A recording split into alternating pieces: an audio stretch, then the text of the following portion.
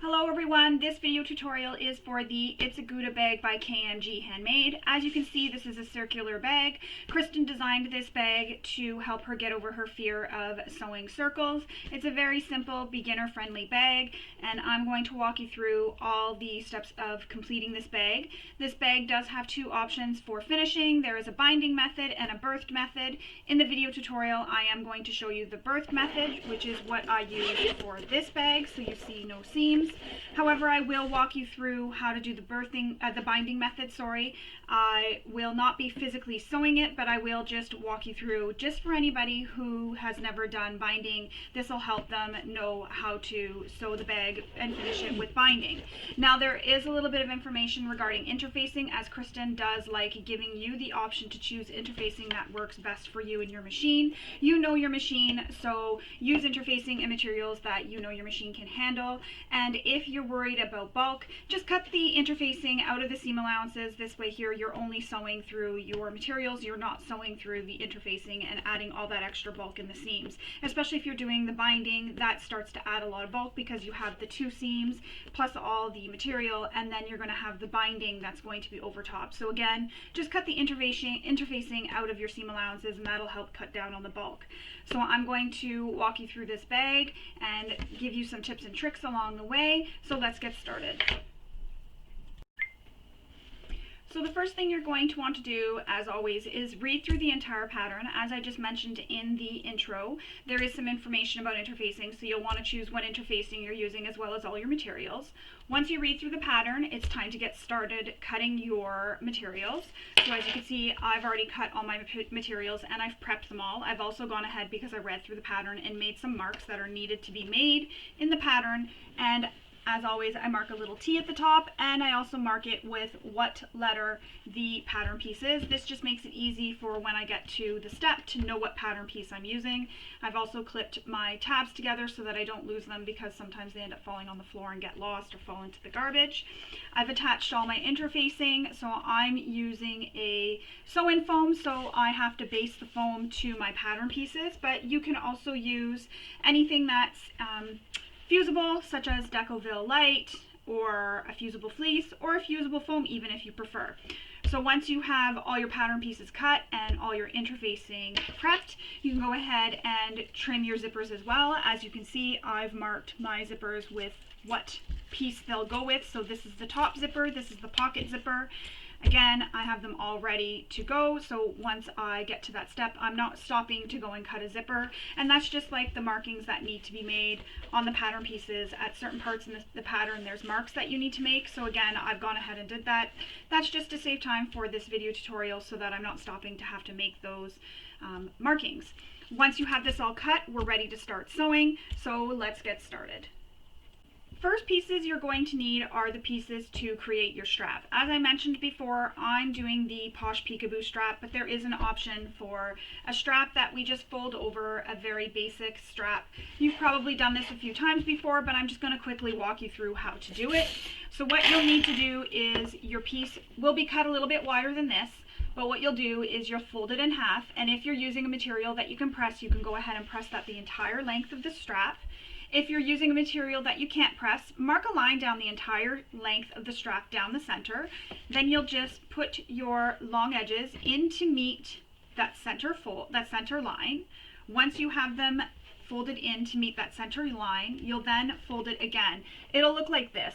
So you'll have no raw edges showing, and you can go ahead and sew that. The first thing you'll do though, before you do all that folding, is fold this short edge in. She does give a measurement for how far in to fold it, so you'll fold it in, and then that's when you'll continue with my first set of instructions. Fold the two long edges in to meet the center, and then fold again, and your end will look like that. I do have a tutorial on my YouTube channel for how to get a nicer finished edge for your straps. I'll link that below in the description. That can be used, I've used it for vinyl, cork, faux leather, so it can be used with any material. It just gives a nice clean finished edge, because I do find when I fold this way, sometimes I don't get the nicest looking edge, and sometimes this one piece that's tucked in sticks up a little bit, so it's just another way to finish your straps. So once you have that all pressed in, again, press these in to meet the middle, fold it in half, it'll look like that. You'll have no raw edges. You'll top stitch these the entire length of the strap down both sides of the strap. A little tip, if you are worried about your strap getting twisted, because sometimes it does get a little bit twisted, when you're top stitching, start at one end and go all the way down, back stitch, break your stitches, and then come back up and sew back down in the same direction on the other side of the strap, and this will help prevent those twisted straps. I'm going to show you how to do your strap connectors, because this is part of making the straps, and this is going to be similar to the way I just described how to make your strap if you're not doing the peekaboo strap. So here are my strap connectors. I've already marked that line down the center. So the first thing I'm going to do is fold these in to meet that center mark, and then I'm going to pin it in place. If you want, you can use some double-sided tape here. If you're using a material that you can press with your iron, go ahead and give it a press with your iron. I'm using a vinyl, so I cannot press it, so I'm just going to use my clips to hold it in place. So once you have that all pinned, pressed, or double-sided taped, just like that, you're going to top stitch along the long edges using the seam allowance she gives in the pattern. So I'm going to go ahead and do that now.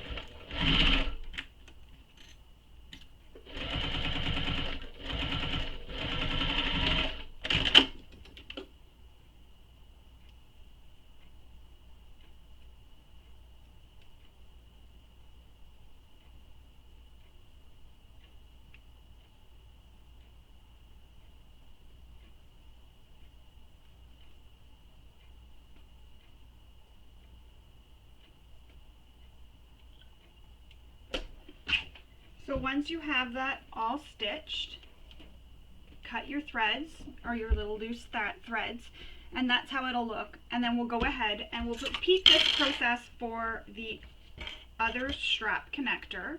So again, fold the long edges in to meet the center mark that you created.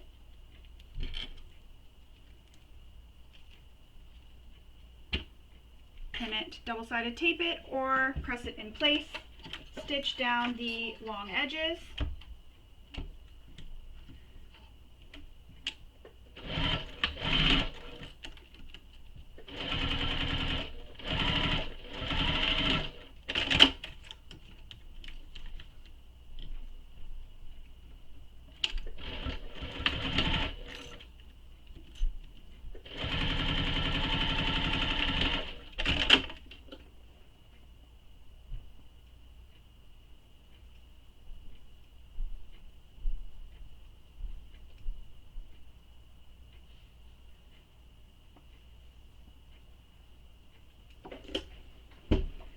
Again, it'll look like that.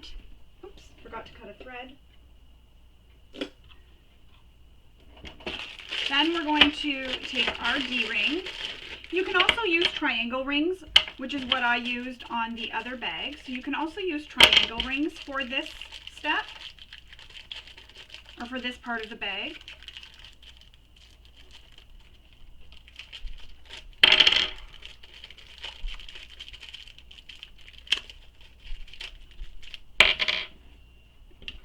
So you'll take your strap connector, you'll fold it in half, so you'll slide the D-ring on and fold it in half, just like that. Use some clips to help hold it in place for now. So again, slide your D-ring on to your strap connector, fold the short edges to meet, and clip in place, so it'll look like this. And then we're going to baste that short edge just to help hold it together.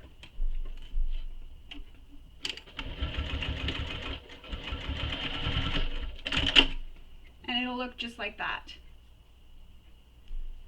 So I'm going to trim my stitches, and then we'll repeat this for the second strap connector.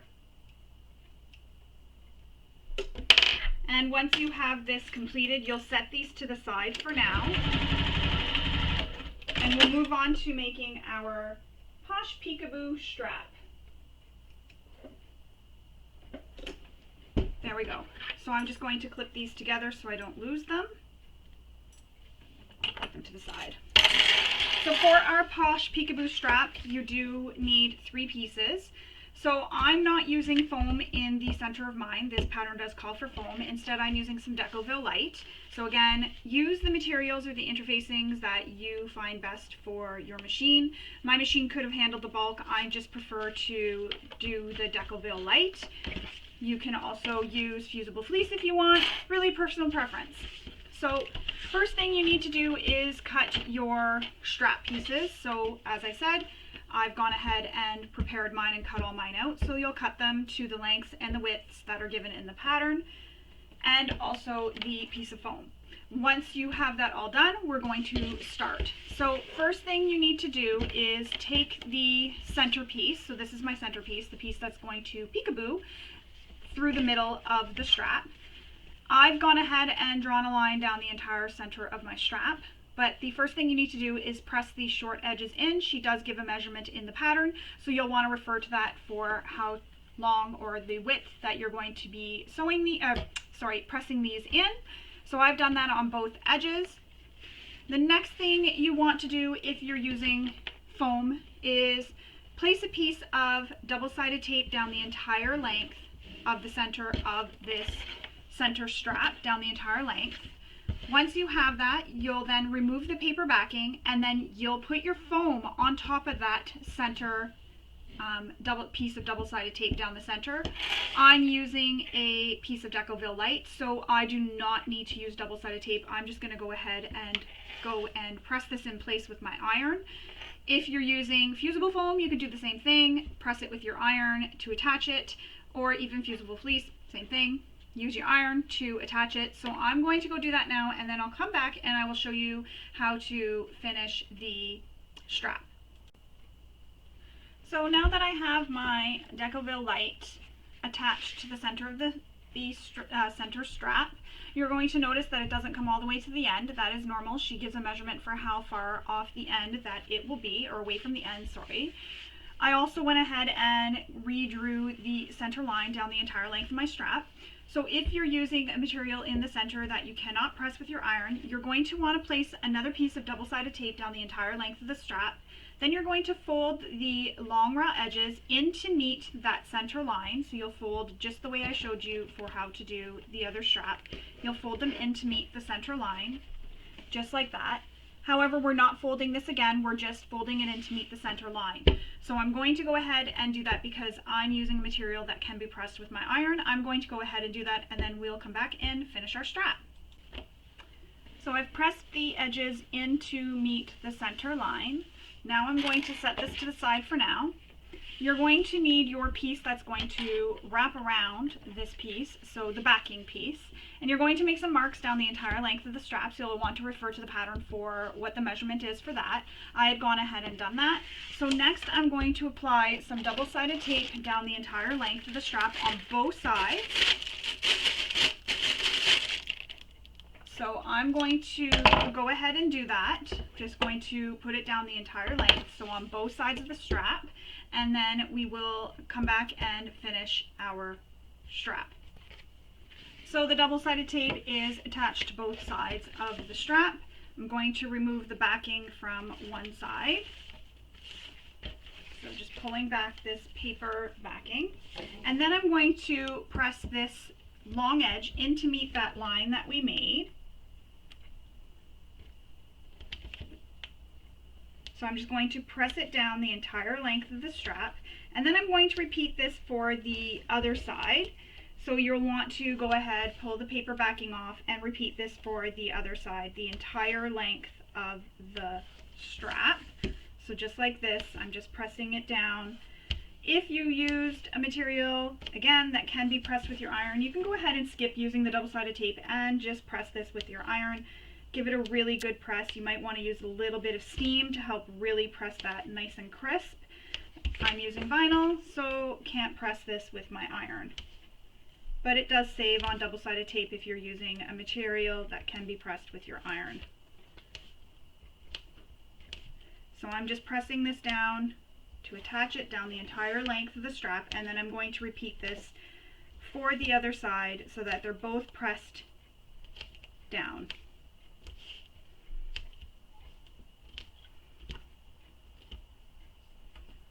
And if you're worried that your double-sided tape isn't going to hold for this entire time that you're pressing both long edges down, go ahead and use some clips to help hold it in place. So that's what one side looks like. I'm going to go ahead and do the other side now, remove my backing. And what I'll do, because it keeps getting stuck to my table because I removed so much of the backing, is just pull a bit off.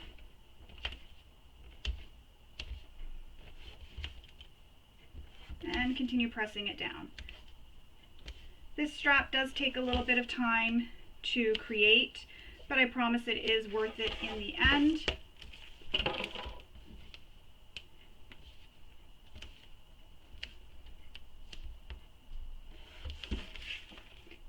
You end up with a really beautiful strap when you're done this. And it's also almost like a conversation piece, because when you're out, people haven't seen straps like this before, so they stop and they comment on your strap, asking about it. And it's nice when you can say, I made this bag. They get really impressed that you've made your bag and your beautiful strap. There it is. Both long edges are pressed in towards that line that we made. I'm just pressing this down to make sure it stays, just like that. So you'll have it, it'll look like that. So there's no raw edge there. Once you have that done, you're going to take the center strap that has either foam or whatever interfacing you've chosen to use, and then you're going to place it down the center of this strap the entire length. I'm going to go ahead and apply a piece of double-sided tape down the center of my strap. This is just going to help hold the center piece in place. So I'm going to go ahead and place that now. Should have done this when I had done my first one, when I did down the long edges, but I forgot. So I'm just going to do this now.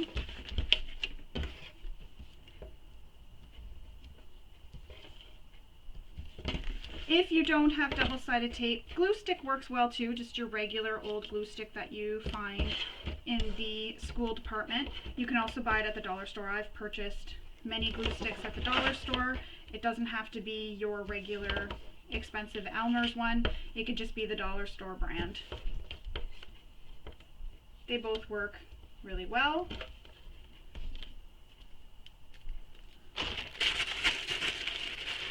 And I like to keep my double-sided tape inside some baggies. That just helps prevent it from drying out. I also have a tip on my YouTube channel for how to make your double-sided tape sticky again. So I'll link that below in the description as well, so you can find it. I've used that many times with double-sided tape because it does get dried out and it does lose its sticky power, as I like to call it. So it's nice to be able to use it still even when it's lost that sticky power. So I wanted to share a little tip here with you. So when I fold these, I end up getting this bulk right here. What I like to do is take these corners and cut them. So you're not going to be able to see with the scissors, but I like to take this corner and cut it on an angle here. So I'm going to show you.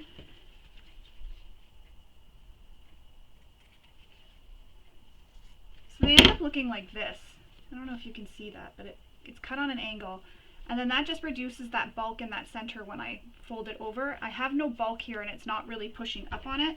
So I just like to do that. That just helps hold the strap nicer. And again, no bulk, and you don't have any edges sticking up that shouldn't be sticking up. So I'm going to take this and make sure my edges stay pressed. And then I'm going to place this down the center of the strap.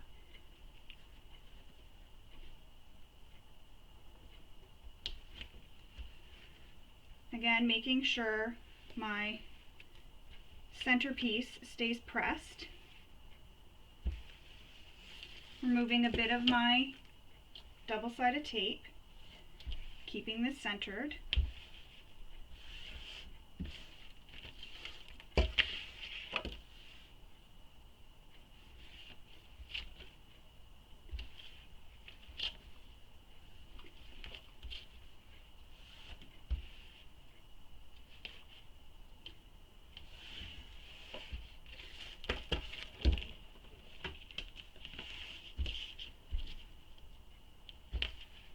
Again, it's a little bit of work, but I do promise it is worth it.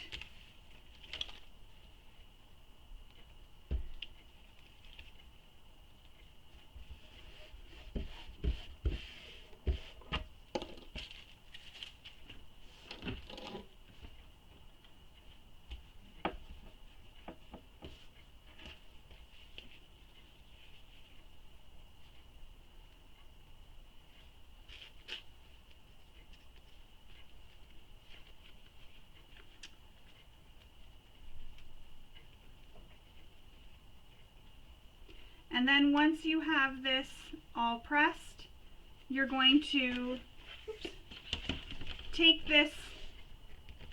these long edges again and press them in to overlap over your center piece, just like that. You can use clips or use double-sided tape to help hold it, so all you're doing is taking this and folding them in just like that. And then you just have a little bit of your center strap showing. So you're going to place clips all along the edge. So I'm going to go ahead and do that, and then I'll come back and sew this on camera for you. So I have both edges pressed in to meet over the center strip. I'm going to go ahead and top stitch both these edges using the seam allowance she gives in the pattern. Don't forget to back stitch at start and stop.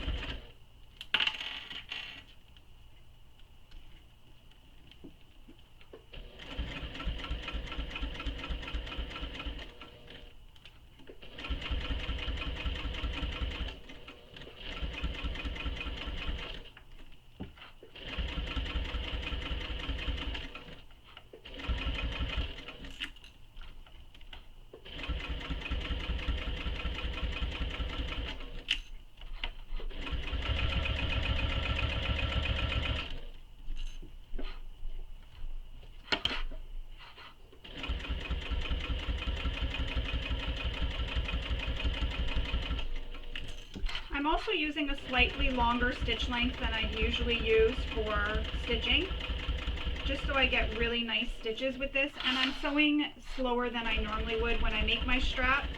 Usually I just zoom right through, but I just want to take my time, make sure I'm keeping the accurate seam allowance.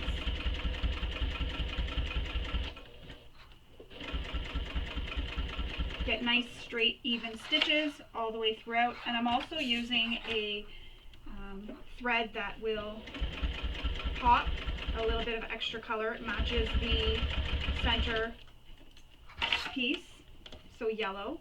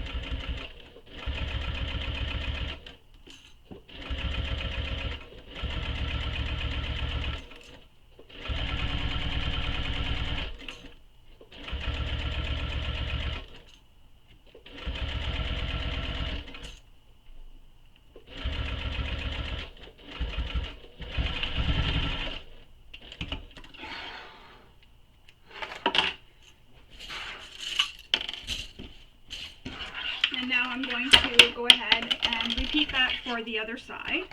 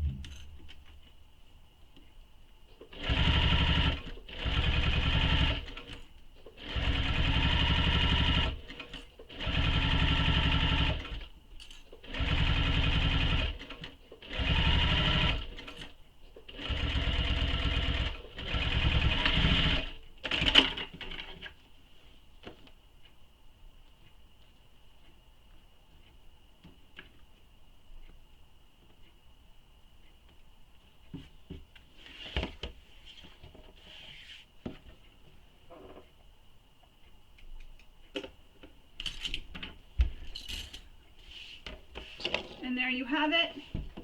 Once you have stitched it down, you'll have this side that looks like that, and then you'll have your top side with your little peekaboo piece peeking out the middle. Now we need to attach our hardware, so you need to grab your slider and your swivel hooks.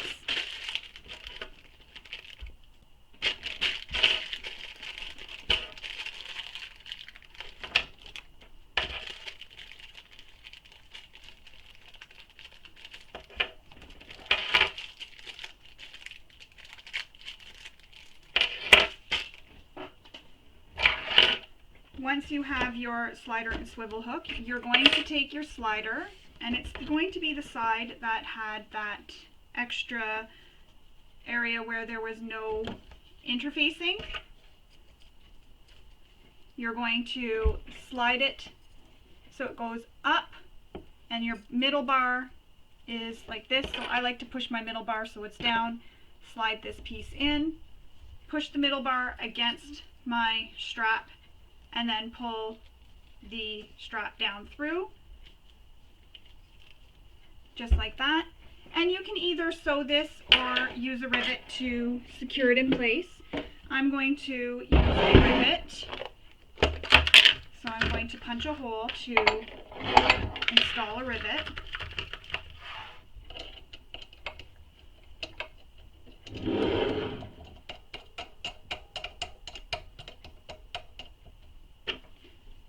So the reason why you have that area where there is no, oh, I did it on the wrong side, I'm feeling this side, where there is that extra bit of no interfacing, is it helps reduce the bulk in that area, making it easier when you add the second side of your strap.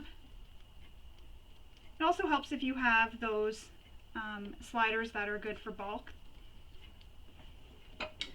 The thread I'm going to cut.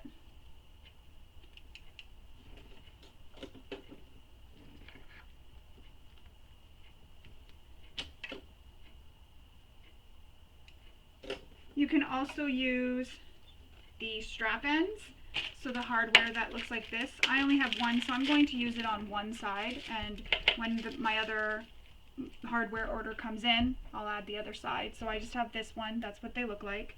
And they come with little screws. So when my order comes in, I'll attach it to this side here as well.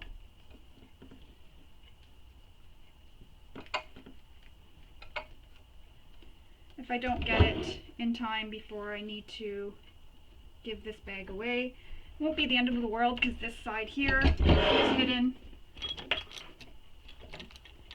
when you wrap your strap around it anyways. Another little thing I like to do is use some fray check or fray stop, where I punched the hole. That just helps stop it from fraying, because this centerpiece is cotton, so it can fray over time. This just helps.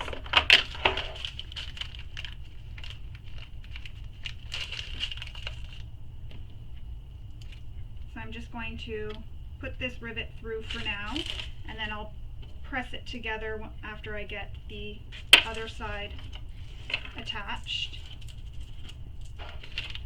That way there I'm not changing out my dies a few times, just to save a little bit of time. So I have that. Now I'm going to lay my strap flat on my table, and with the piece that I folded over facing up, go down all the way down. And this is just a personal preference for how I like to put this on. Then I take my slider, so this piece is facing up, and I put my slider on so that the hook part is on the same side as my peekaboo strap.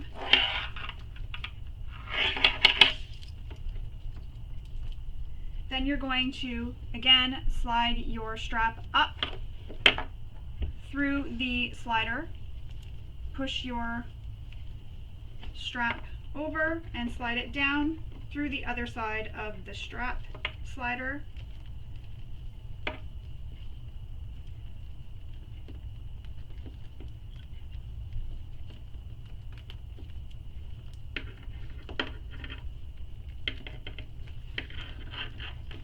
vinyl is sticky, so it's making it a little bit harder for me to do this because it's stickier vinyl.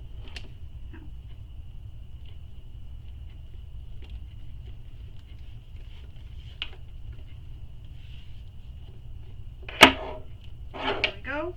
And now I'm going to take the other side of the swivel hook, and same thing, you want the hook to be facing on the same side as your peekaboo strap. Now I'm going to install this strap end. You can also leave it raw. It works because this won't fray if you really want. You know what, I think I will. I think I'll save this for another strap, and I'll just leave it raw because the vinyl is not going to fray at all on me. So I'm going to leave it raw. So I'm going to fold that over, just like that. Punch my hole.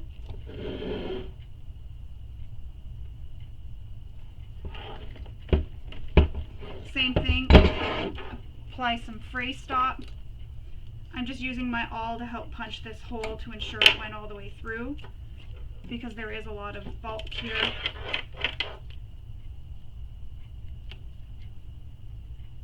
Sometimes I forget to apply the fray stop, sometimes I remember. It's not the end of the world if you don't do it. Just an extra precaution. Another thing you can do is also apply a little bit of glue inside your rivet, and that'll help hold the rivets together too, just in case they start to come apart. I've never had them come apart, but this can help. Extra security.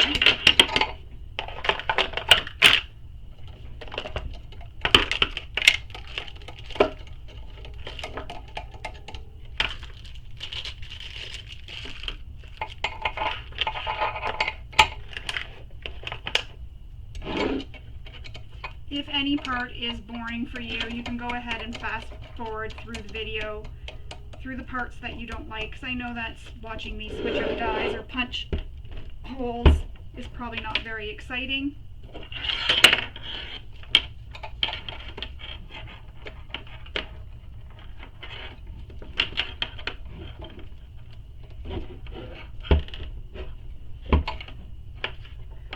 And there is your completed strap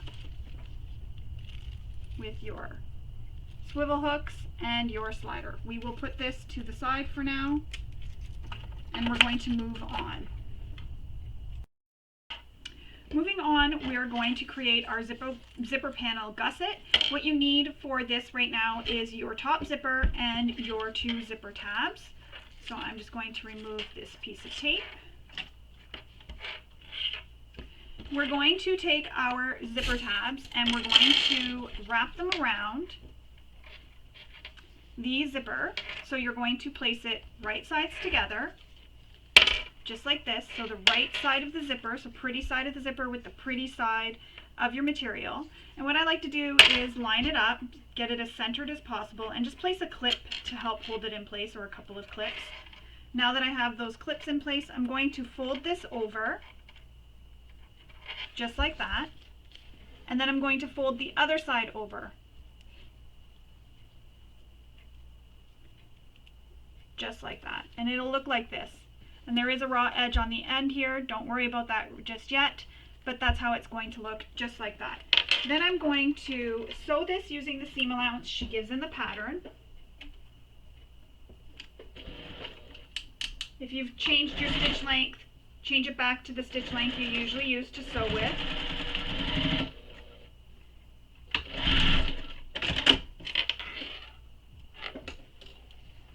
So it's going to look like that. If you're worried about bulk because you may be using a material that's a bit thicker, you can go ahead and trim these corners. I didn't, so I'm just going to turn this so it is right sides out.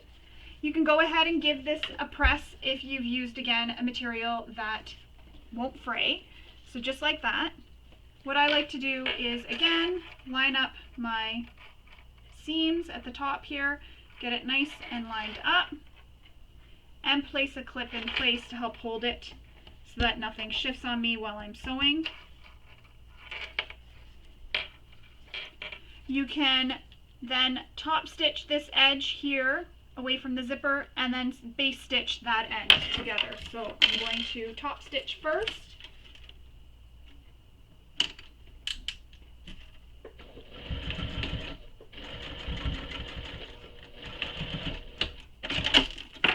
And then baste it in place.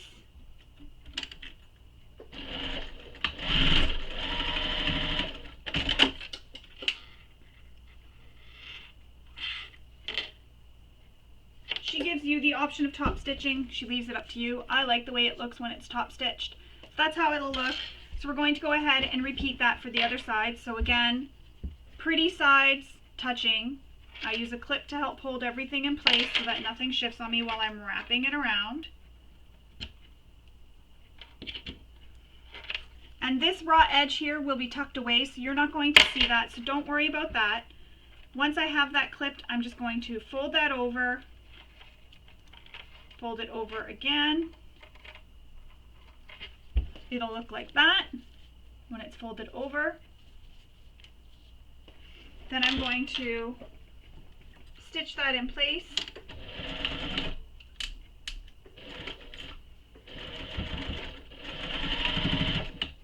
I'm not using a material that I'm worried about bulk, so I'm going to take it and just turn it right sides out.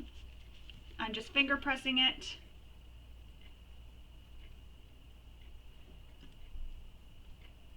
Use a clip to hold everything in place. Top stitch away from the zipper and base stitch that other end.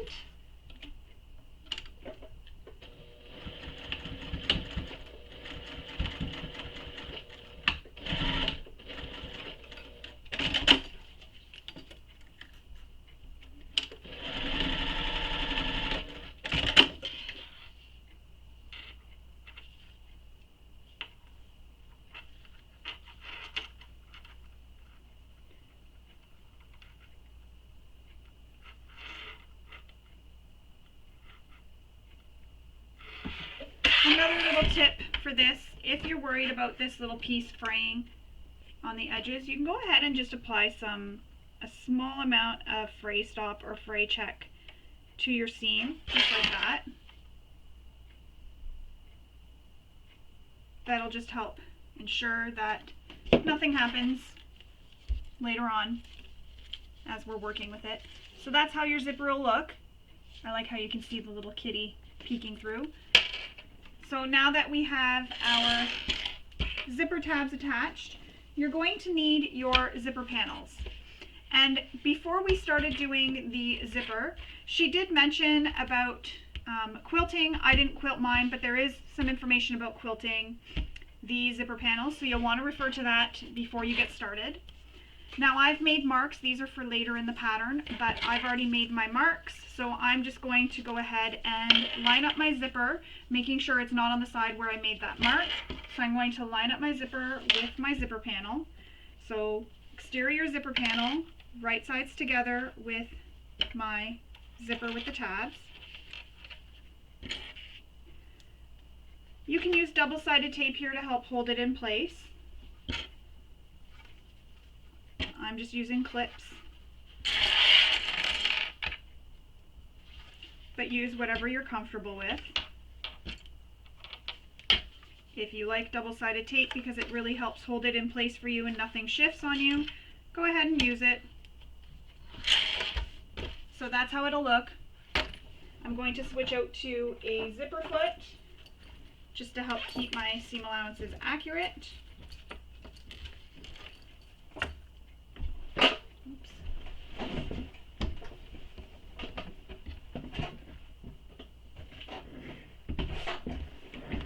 Decided to send my zipper foot flying. So now we're going to sew this with the seam allowance given in the pattern.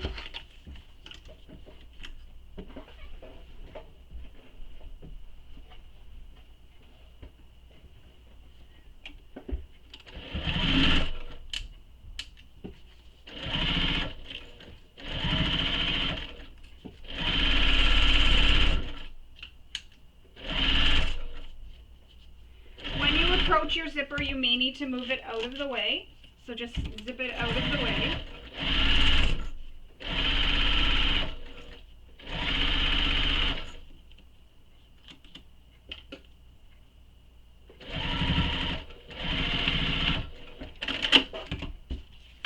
Now that we have our zipper attached to our exterior, so zipper is right sides together with our exterior, we're now going to attach our lining panel. Again, I made marks, so I have to be careful that I put the mark so that it's not where the zipper panel is, the zipper is. I want that to be away. That mark is important for later.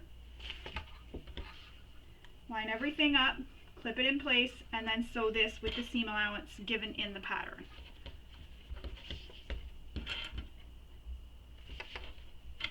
So you're sandwiching your zipper in between your lining and your exterior.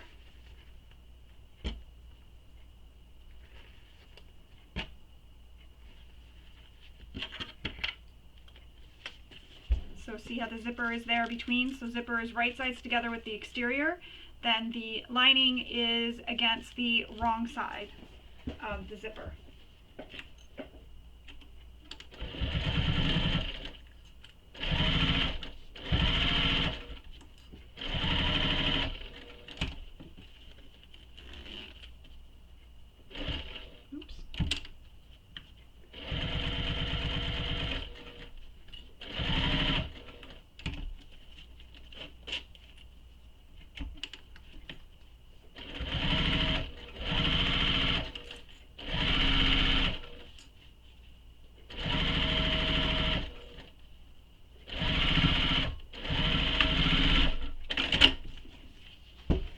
Now we're going to press these so they are wrong sides touching.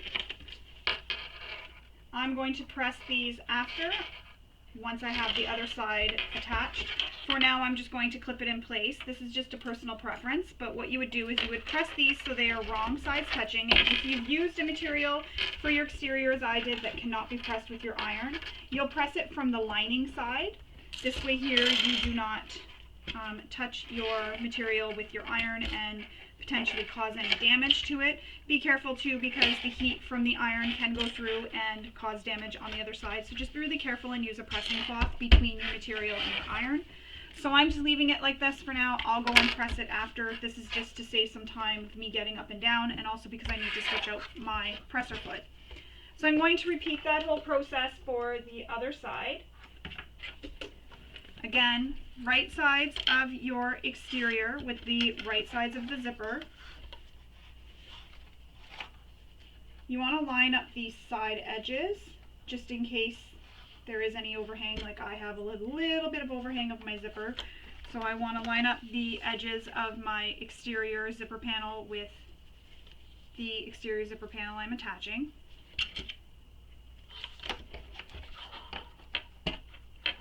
You could also make center marks on your zipper, and this way here you could line up the center marks on the zipper with the center marks on your zipper panels if you prefer.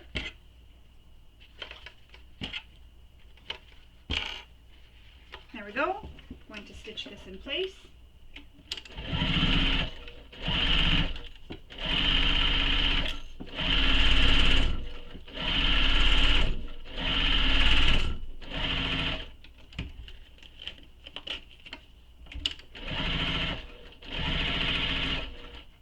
Really need to move my zipper out of the way, but I do just in case the pole accidentally somehow gets caught under my presser foot or underneath the material. This just helps ensure I don't accidentally hit it with my needle and break a needle or cause damage to my machine. Again, there's a line here. I want that on the opposite side of the zipper when it's finished. And you can line up the center marks on your lining panel with your exterior, or as I mentioned before, if you have center marks on your zipper, line it up with the center marks on your zipper. And then sew this in place.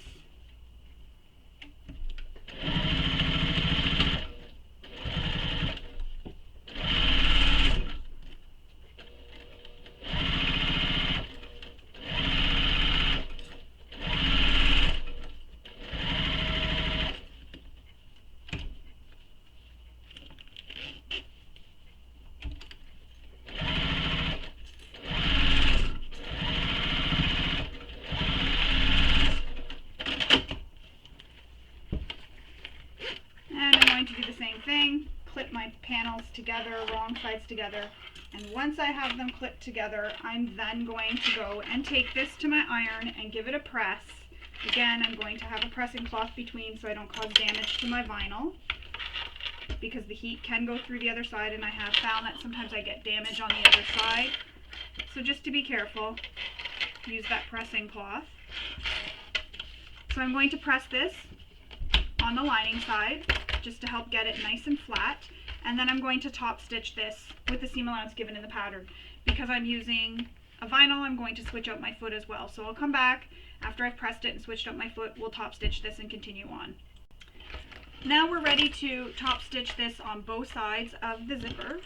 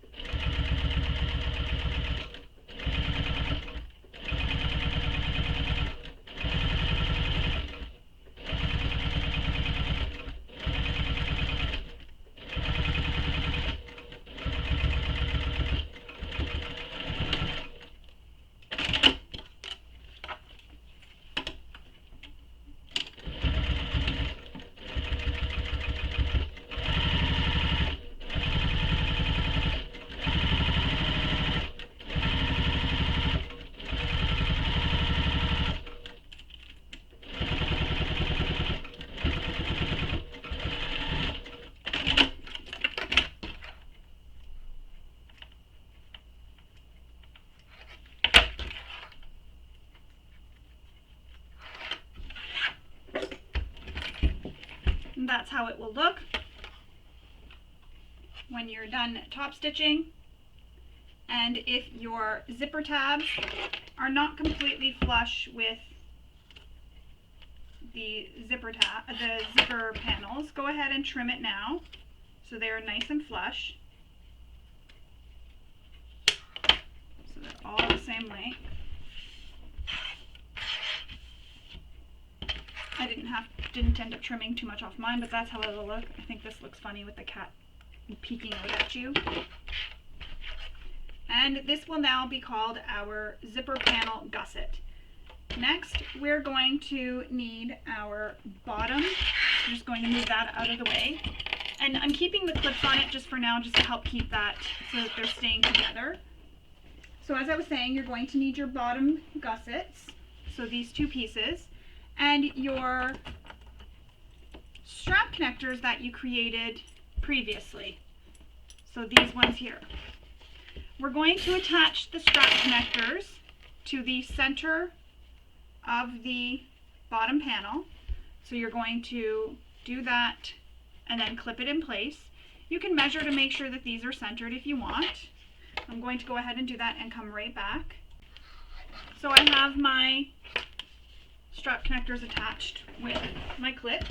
I'm going to go ahead and base these in place.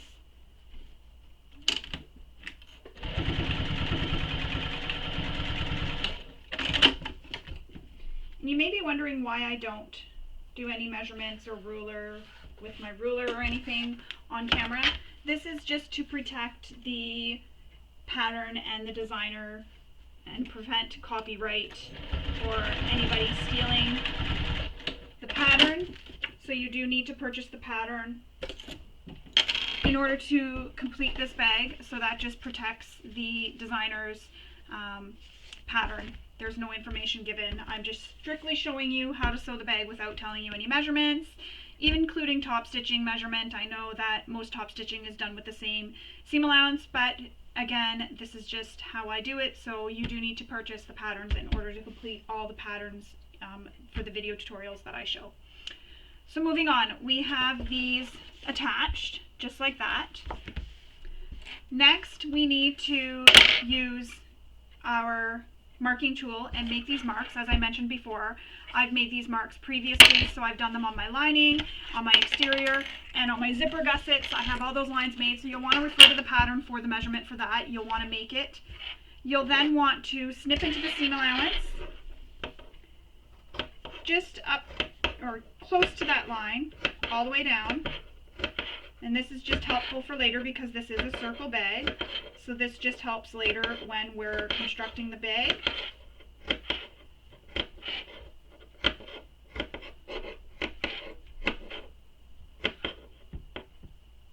And if you're like me and you've basted your foam to your panel, you're snipping this away so you'll have little pieces that may come undone. That's okay.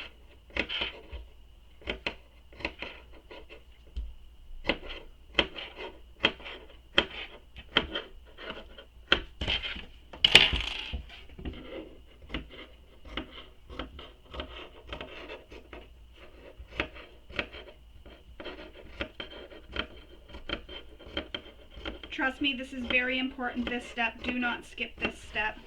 This will help you get a really nice curve because you're attaching this straight panel to a curved panel later in the construction.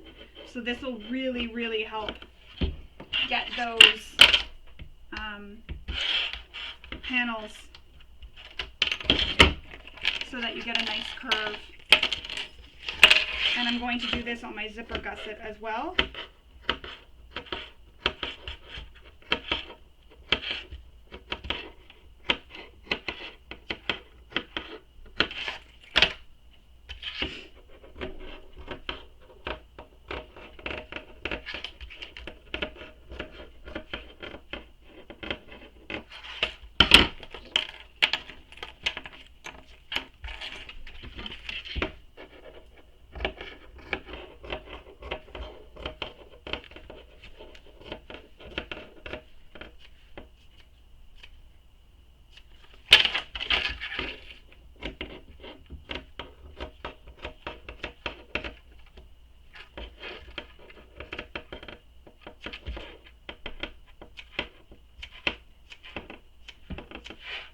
Go. Got all my snips made, so as you can see, I don't know if you can really see that on camera. There you go, yeah, you can see there. So when I turn it, see when I'm pulling on that, it makes it easier and it turns better. So you'll get a nicer curve. Now we need to sew these together, your exterior zipper panel and your exterior bottom piece. Scissors are in the way. What you'll do is you will place these so they are right sides together.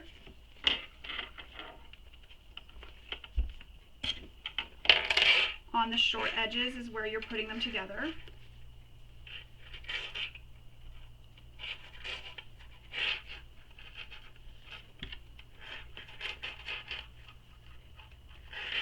You may find it a little bit tricky because you do have the lining there as well. So I just put a clip there to hold the lining in place with the exterior. That way there nothing shifts on me. Make sure your D-ring is down towards the zipper. And then we're going to sew this with the seam allowance given in the pattern. And you're starting and stopping away from the edge. She gives a measurement for where to start and stop. So make sure you note that because you don't start and stop sewing right from the edge.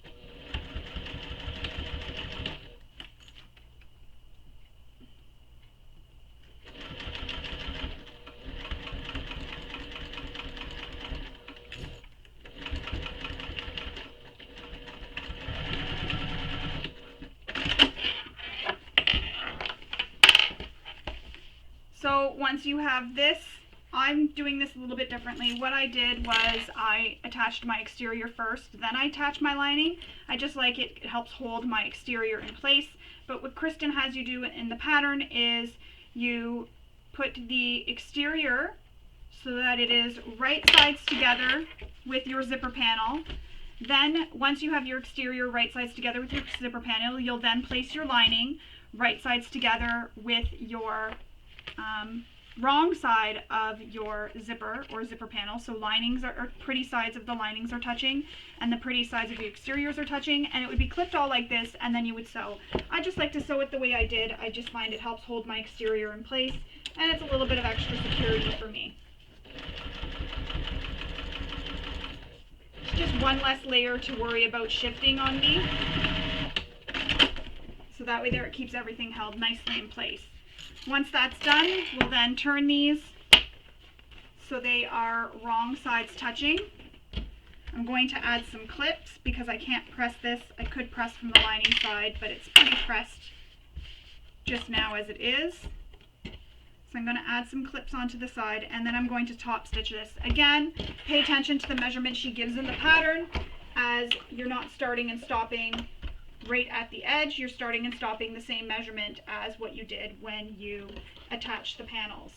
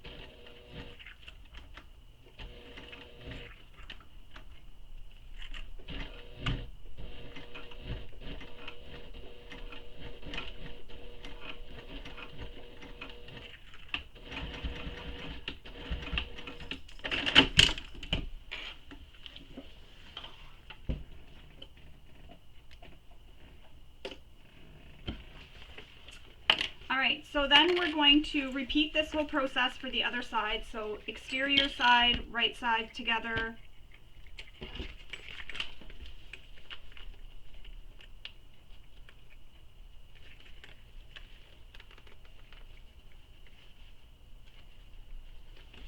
Again, I'm sewing mine a little bit different, but what you do is you put the exterior right side together with the exterior of the zipper panel. Then you're going to take this and you're going to put your lining right side together with your lining, clip it all in place, and sew this using the seam allowance she gives in the pattern, starting and stopping at the measurements she also gives.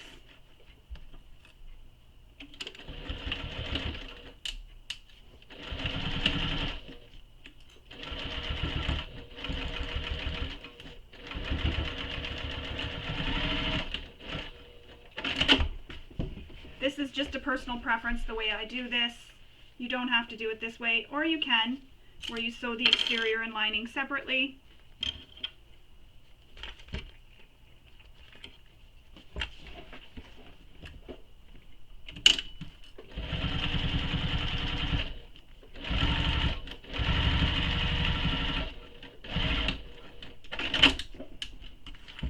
Then you're going to turn this so they are wrong sides together. And now you're sewing in a tube because this is now a circle. So this might be a little bit more tricky. Take your time, you can do it. So I like to have it so that it's like this, and then I'm putting it through my machine. And I'm just going to make the marks for where I started and stopped previously. I can see where my stitching starts and stops. And just take your time to top stitch.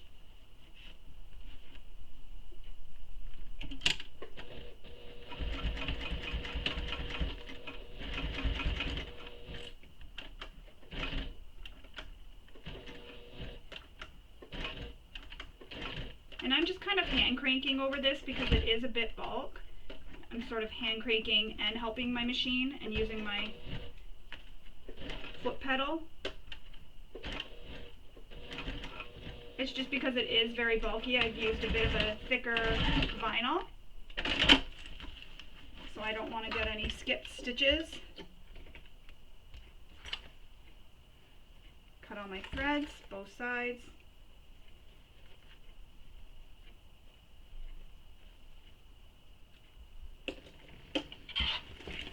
And there you go. Your zipper panel is now created with your bottom. You now have this round piece with your zipper in the center, and it is all top stitched. It'll look just like that. So you've started and stopped from the ends.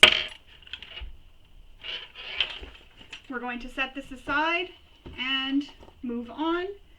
Next we need our slip pocket pieces. So these are piece H.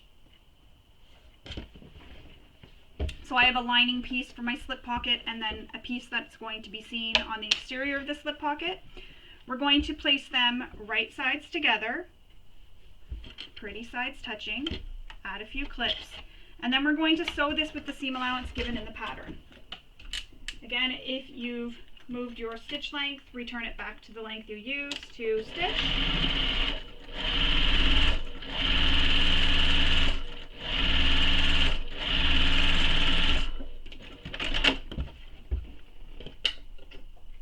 There you go. That's stitched together. Now we're going to take this and flip them so they are wrong sides together, and we're going to give this a press. So I'm going to go give it a press with my iron and come back and we'll finish this pocket. My pocket is all pressed, so I just wanted to give a little tip. Something I like to do when I'm pressing is I like to press this seam open first, then flip this so they are wrong sides together, and then give this another little press. I just find it helps get that top edge nicely pressed. So there's a couple of options here. You can use a pocket trim on top if you want, so that just adds this little bit of extra. It's hard to see, sorry. It just adds, I don't know if you can see that yet, you can see that on camera, a little bit of definition at the top. I do like that if you're using a material that matches your lining material. So say, for example, this is my lining material, say my pocket was this material as well. It's just nice because then you'll see this little pocket trim when you reach in, and it adds the definition so you know where the pocket is. But you don't have to, you can go ahead and top stitch this. I am using that pocket trim, so I'm going to add some double-sided tape to my pocket trim. This just helps me attach it, get it held nicely in place.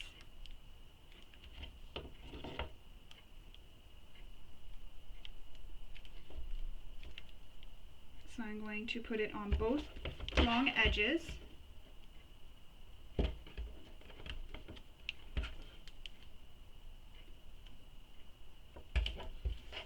And for those of you who have never seen my video tutorials, what I do to help get my tape started and make it easier to peel off once it's stuck onto my pattern piece is I fold the one little beginning edge. It's hard to do this. I fold the one little beginning edge down like that, so it's folded down, and then when I pull this back, it creates a little tab here. So there's no tape on this little piece here on the end, the tape is folded down, and that creates a little tab, making it easier for me to pull this tape off rather than trying to find where the beginning and where the end is. Then back into my Ziploc. So as you can see, once you have the little tab, it sticks up off the edge of the material. Once you have the little tab, oh, this has 2 layers of tape here. Well, that's funny.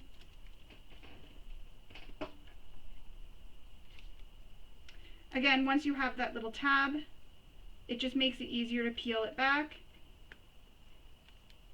so that you're not fighting to try and find where the beginning of your tape is and where it's not. It just peels back nice and easy. So once you have that done, we're going to line up the center marking with the top edge of your pocket, just like that, and then remove the center or the backing of your tape again. And if you have to do some shifting around, go ahead and do some shifting around here. You can feel where the pocket trim is on the other side to make sure that it's nice and even. I like to fold it so that they both meet first.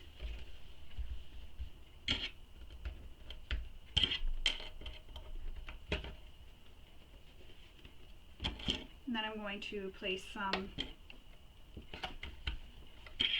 wonder clips.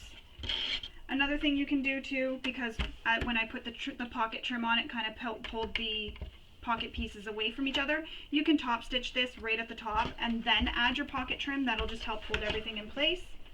Now I'm going to stitch this.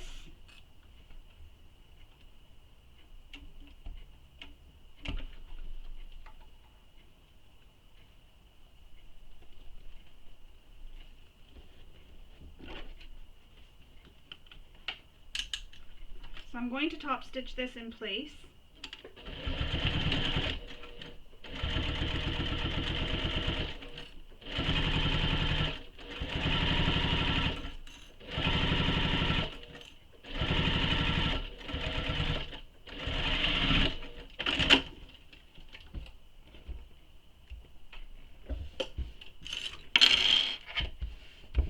There we go. Now we're going to baste the bottom curve together. So I'm going to add some clips just so that nothing shifts on me while I'm sewing.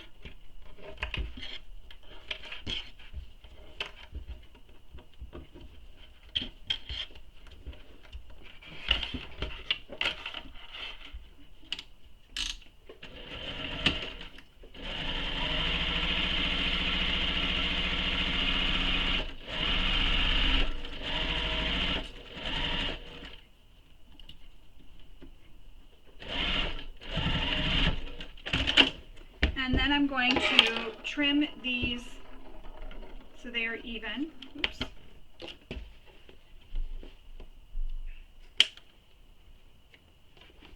There we go. You can wait and trim those after. I did it now. Now you want to find the top of one of your lining panels and place it so that it's at the top. And then you're going to line up the slip pocket. So I'm lining up my center marks so that it is even on your lining panel, so that it's not all crooked. She does give a measurement. Oh, hang on, before I say if there is a measurement, let me just look. No, this one doesn't have the measurement. So again, line up your center marks, and then you could use your ruler to measure down from here down to the top to make sure that everything is all nice and straight. But if you line up your center marks or your quarter marks, everything will line up nicely. So now we're going to pin this in place, and then we're going to baste this to our lining panel.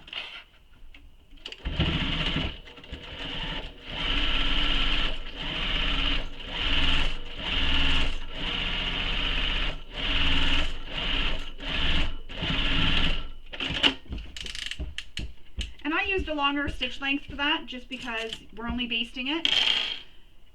If you want, the next thing, you can make a divider in the pocket, so sew up the center. I'm going to go ahead and do that, sew up the center of my pocket.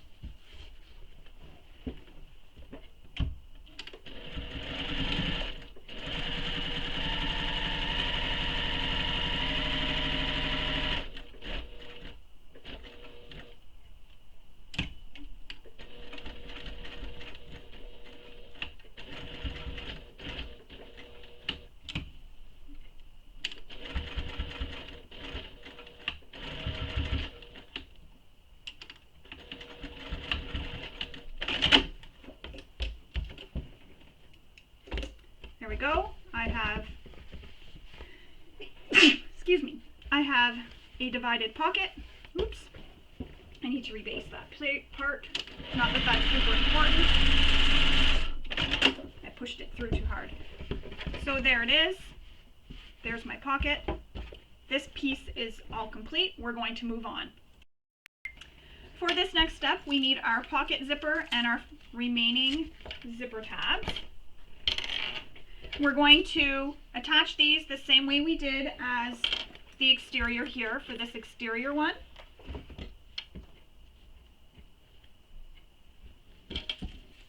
So right sides together, so right side of the zipper against the right side of the zipper tab. I'm adding a few clips just to hold it in place. Because sometimes I find my hands don't really work very well and I just need that extra hand, so these are kind of like extra hands, these clips. I'm going to do this on both sides instead of doing it one at a time.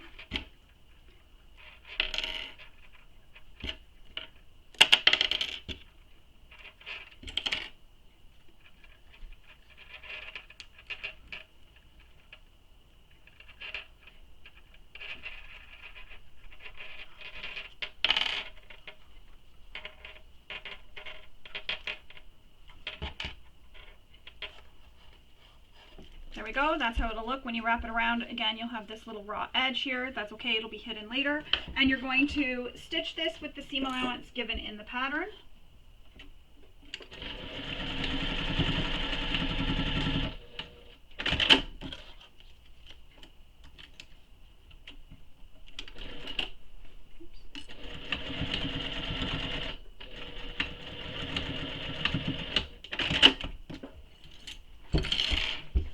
We're going to pull the tabs away, just like that. So you're flipping them so they are right sides out. Again, just as we did when we did the exterior ones. You can trim them if you're using a material that you're worried about bulk, you can trim those corners down. If you do that, you may want to seal your zippers with your preferred method of sealing them so that they don't fray on you. Give this a press. And we're going to top stitch.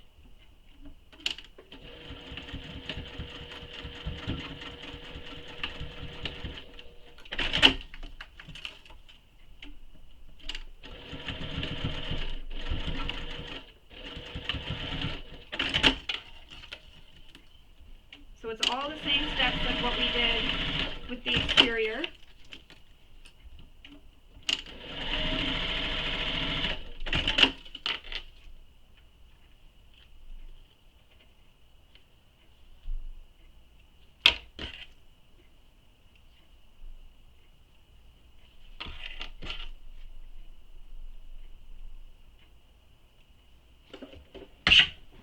It'll look like that. Next, we're going to grab our 2 pocket piece H pieces that are remaining. So again, I have a lining piece, so as I did with this one, my lining, when you look inside, is a different color than the exterior. So we're going to place our zipper right sides together with our pocket. And if you want, you can go ahead and, oops, zipper pulls in the way, make marks for the center marks so you can line up the centers.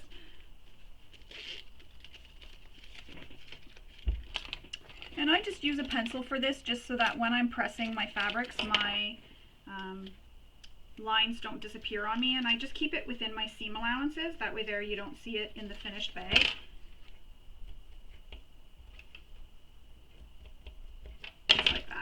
So now I'm going to line up those center marks just to make sure everything is nice and even.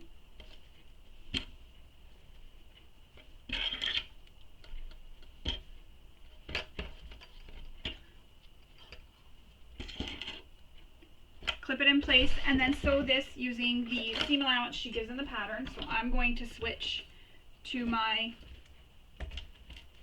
zipper foot.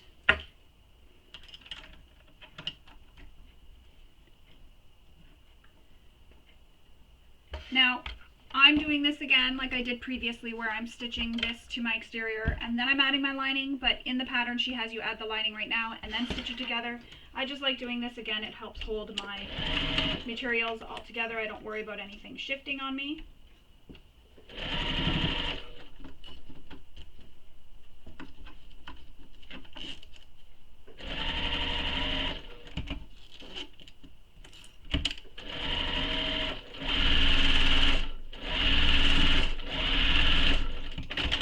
Basting stitch helps hold it in place.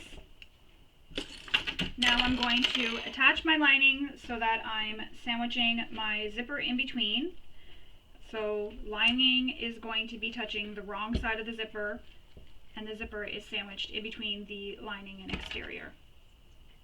And these are pattern piece H that I'm working with.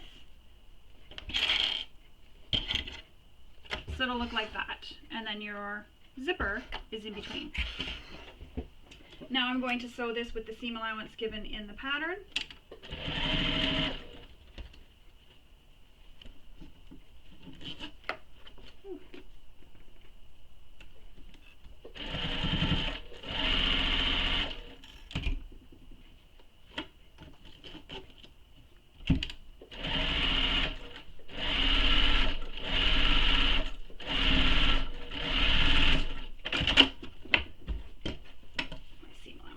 A little allowance goes off, so I just go back over it. Just like that. Now we're going to press these, and then we're going to top stitch this. And I'm just finger pressing, using my nails to press it down.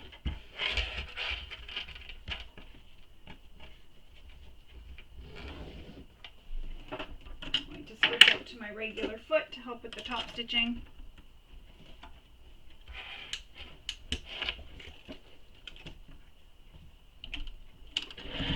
So we're top stitching just below the zipper. We're going through the lining and exterior. And well, I guess some of the zipper will be in between those layers too. But just below the zipper. So right along this edge here. This edge right here. Once that's done, we need to take our final pocket trim. Again, some double-sided tape.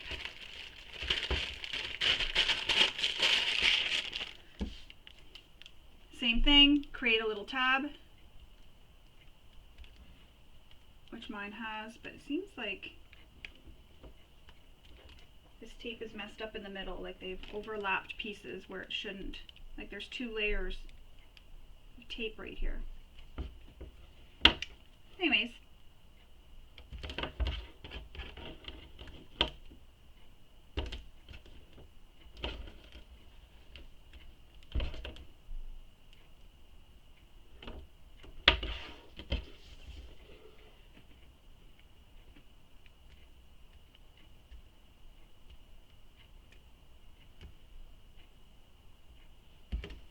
So I'm just adding some double-sided tape so that I can attach my pocket trim to the zipper. So this is going to go to the piece of the zipper that is not attached to anything, so the top of the zipper. Remove the backing off one of the pieces of the double-sided tape. And place this on.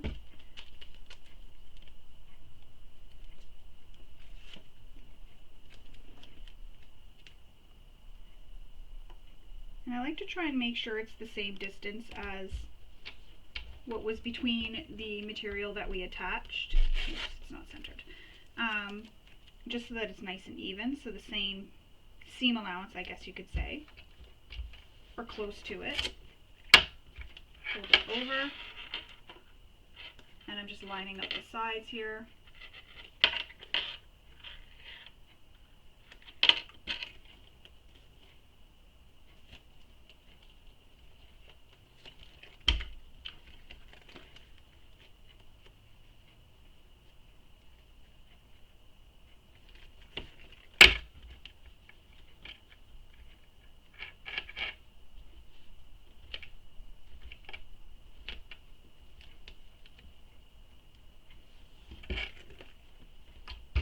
And it'll look just like that. Now we're going to top stitch this using the seam allowance she gives in the pattern.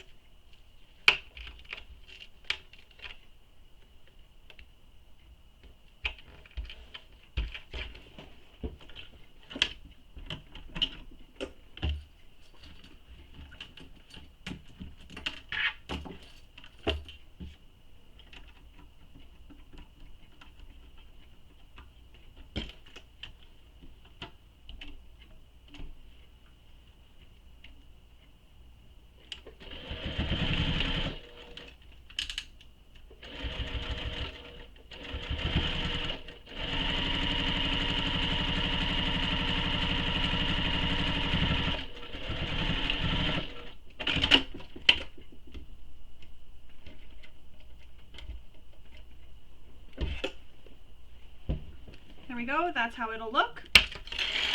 Now we're going to take this again and we're going to do the same thing as we did with the slip pocket, but this time it is a zipper pocket.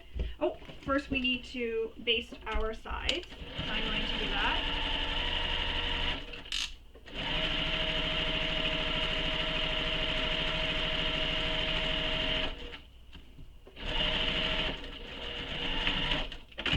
There we go.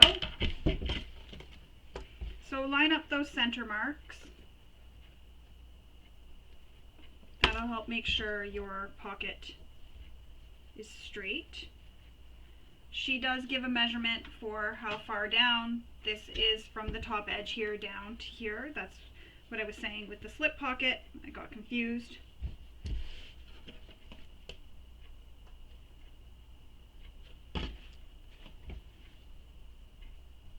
So I'm just finding my center marks on my panel piece here.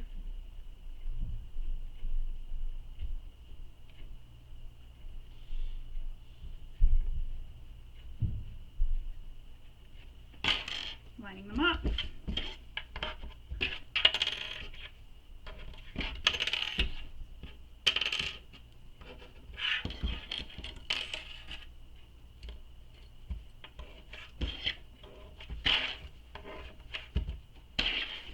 And I'm going to trim this now, just so that I know where to sew when I'm attaching this.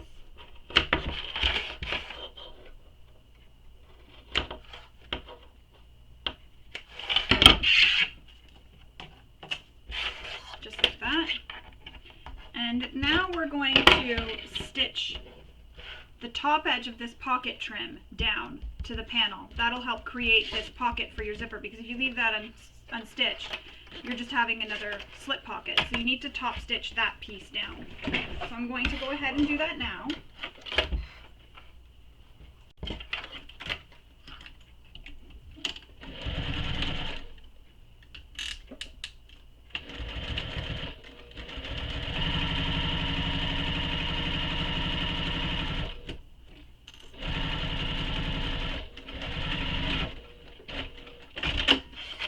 And then we're going to baste our pocket to the lining panel. I'm just going to re-clip this just to get it nice and smooth.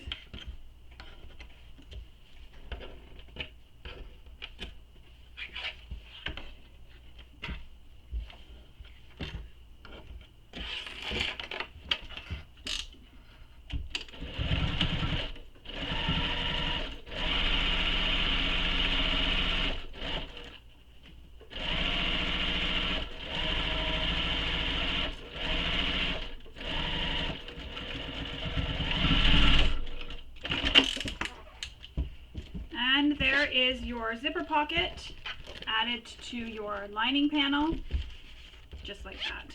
So I'll show you. Fits my phone.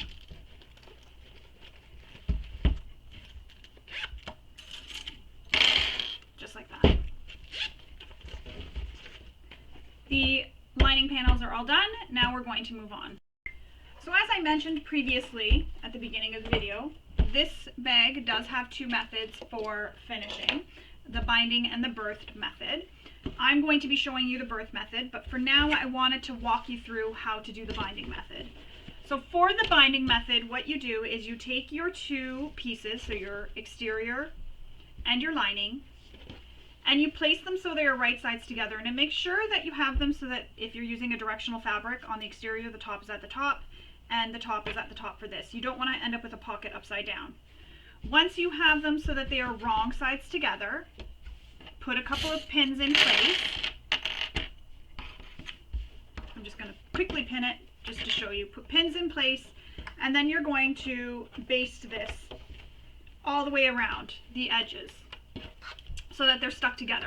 You'll repeat that for both lining and exteriors.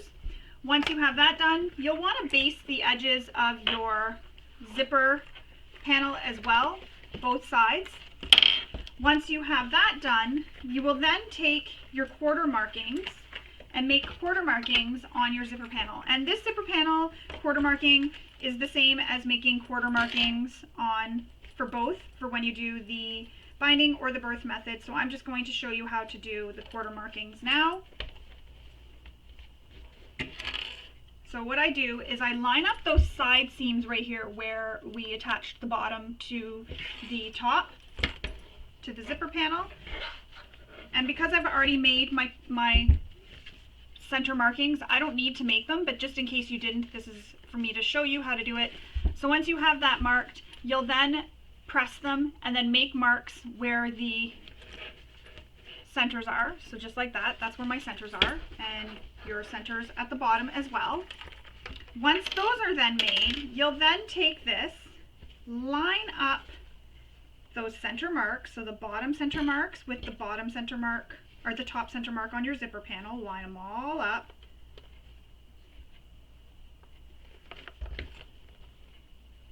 Make sure it's all lined up, clip them all together, because now you want to make your side markings, because the sides are not going to be perfect where the zipper panels are. That's not where the zipper panels meet the bottom panel. That's not where the side markings are. As you can see, I have my seam here.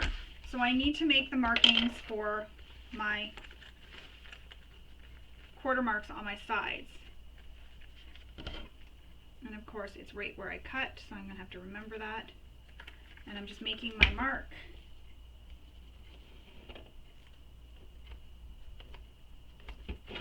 And I'm going to do that along the other edge here. And again, it's right where I cut. What are the chances that it's right where I cut on both sides? So then you make your center mark, your side marks. Now you have all your marks, and that'll help ensure that your zipper is in the correct position when you're done, and your strap connectors are on the same, they're at the same height. They're not like this one part of your bag. And it's really important if you're using directional print, and also to make sure that your pocket isn't sideways in your bag. So once you have those all sewn right sides together, all your markings made, this is also sewn right sides together, they won't be loose. The reason why mine are loose, as I mentioned before, I'm doing the birthing method, is you'll then take your bag with the right side of the exterior and the right side of your zipper panel, and you're going to clip all your layers together, and you're going to clip all the way around, lining up those center marks. You can't see this mark I made here. Lining up all those center marks. So just like this. You're going to pin it all the way around. I'm not going to pin this exactly because I'm just going to take it apart after, so you're just going to pin that all the way around, so it'll be pinned all the way around. Once you get it pinned all the way around, you'll want to baste this in place using the seam allowance she gives in the pattern. And once you have it basted in place, you'll then go ahead and attach your binding. And when you attach your binding, you just put it over, do I have a piece of material? So say this was my binding. This was something I used for another bag, another pattern. So if this was my binding, you're then going to take your binding and you're going to put it over your seam just like that. And then you can use your wonder clips to help hold it in place and stitch this after. You can use wonder clips or double-sided tape, whatever works for you. I often use a combination of both, so wonder clips and double-sided tape. Just like that. And then you'll stitch this down all the way around. Once you get this stitched down all the way to the end, stop about 1 inch to 2 inches away from the end. You're then going to fold this one end, and this is just the way I do it so I have no raw edges. You'll fold this one end that's loose. So see how I have this here, I have a long piece hanging. You'll want to have about 2 inches overhang, and same thing as this side. Fold the one end under, so imagine that this is a lot shorter, so just like this. This is how I do it. I fold the one end under, just like that, so there's no raw edges. And this is the end here that's coming up. And I hope I'm not confusing you. So I have this pinned all the way around, all the way around, all the way around. It's gone all the way around. I'm over here now. And I have this like this. And this is for me, the binding that I'm using. This is how I do my binding. I always use my own materials. I don't buy binding pre-made. I make it myself. So now I have this here. So because I have a raw edge here, I tuck it into, it's still too long. I tuck it into under the edge here. So I folded this so I don't have a raw edge. I tuck it in.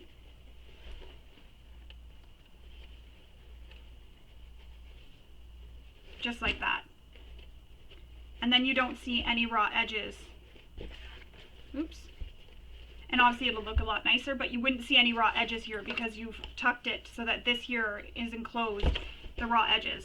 If you're using double fold bias tape, it's the same method. You just attach it all the way around, go all the way around, and then overlap it on the end here. You can start this end being the raw end, so you can do this even, have this as your raw end, which is probably a lot easier to do. This is just because of the way I've been taught. That's how I do it that way. I make this like a double fold tape. And then once I get back, so as you see I've pinned it, once I get back to this end, I have this so that I fold this under, and then I go over, lapped a little bit, and just like that. And then you have no raw edge here because it's been overlapped. Use whatever method for your binding that you're most comfortable with, or whatever you're most comfortable with. To make my double fold bias tape, because I don't buy it, I cut a piece and then I fold it in half, press it, and then I fold these long edges so that they meet just the same way we did the strap. So they're just like that. So I fold them in to meet the center, and then it would look just like that. And then this piece gets put over my bag just like that, and then there's no raw edges whatsoever. I hope I'm not confusing anybody. It's really hard to do this without actually physically showing. So then I just have no raw edges, and then when I come back to this side, same thing as I was saying. I've started sewing, fold this end under, so you want to make sure you have a long enough piece of binding, and then line it up,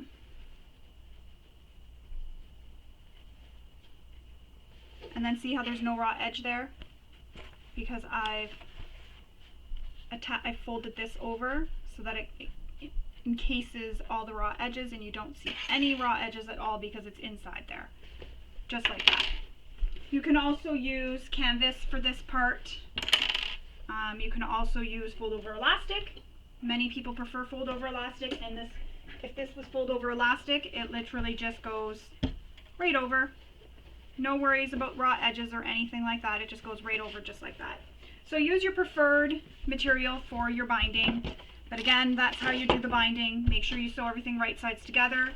Pin this right sides together, baste it together, attach your binding, and then repeat that whole process for the other side. And then the binding kind of adds, I want to say like a skeleton sort of, and it helps shape the bag a little bit and gives it a little bit more structure. But the birthing method is another method. I really enjoy it. I like the way the bag looks with the birth method. I don't mind it. You can also add a little bit of piping to the outside if you're doing either method. Just gives a little bit more definition around the edges. So that's how you do the binding. I really hope I explained it really well. One more time. Place these two pieces right sides together. Baste them all around. Once you have it basted, baste all your pieces for your exterior zipper gusset and your lining zipper gusset with the bottom as well. Pin these together all the way around. Once you have it pinned together all the way around, you're then going to fold your binding over the edge, use double-sided tape or Wonder Clips, and stitch it all the way around. And if you're using something that has a raw edge, just make sure you fold over that raw edge when you approach the other end where you started. That way there you have no raw edges showing. And that is how you do the binding. Again, I really hope I didn't confuse anybody. Now we're going to go to the birthing method. So with the birthing method, we take our exterior panel and we're going to make sure it's right sides up, and we're going to clip the exterior right sides together with the right side of the zipper gusset. And this is where I was saying before that these clips are really important to have. The little snips that you made within the seam allowance are really important because that is what's helping hold or help you get that nice curve on your bag. And it really does fit really nicely. As you saw in the bag that I showed at the beginning of the tutorial, the gusset fits beautifully.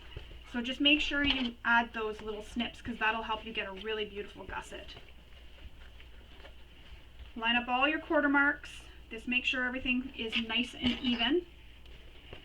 Push your lining out of the way so that you're not clipping the lining. We're just clipping the exterior right now, no lining. So right here, This is why we stopped and started sewing, so you can get past.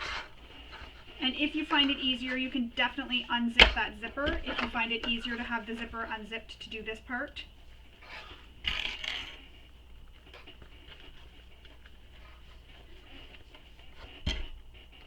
My chair is squeaky. So pin it all the way around. I'm going to use a lot of clips. This is just to help hold it in place and make sure nothing shifts on me.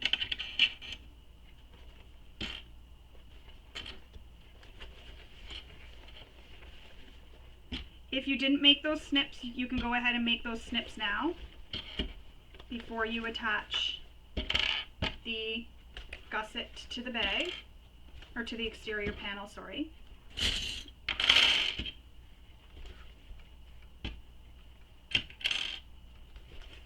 These are really the final steps of making the bag. We're almost done.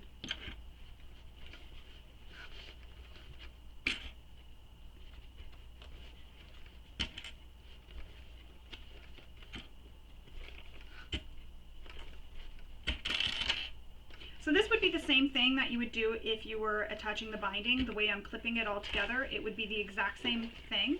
You'd just be clipping it all the way around, but your lining would be in here as well, would be clipped in here. So you wouldn't be worried about moving the lining out of the way.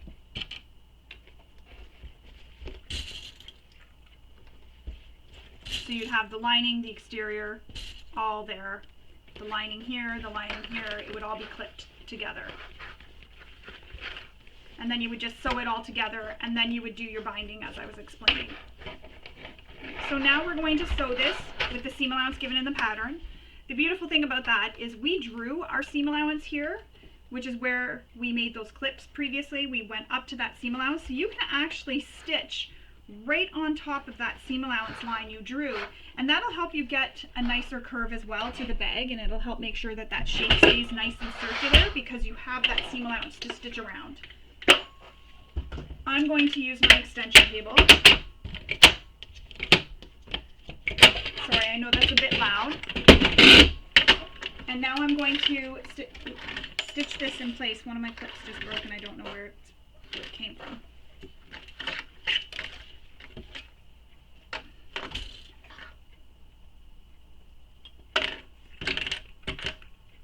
So now I'm going to stitch this in place.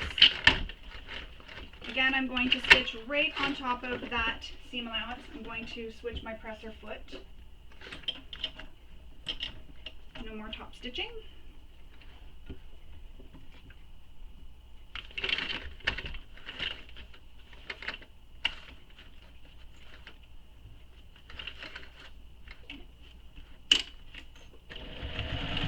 Make sure you back stitch at start and stop. And just stitch right along that seam line, or stitch along and keep an accurate seam allowance as you're going.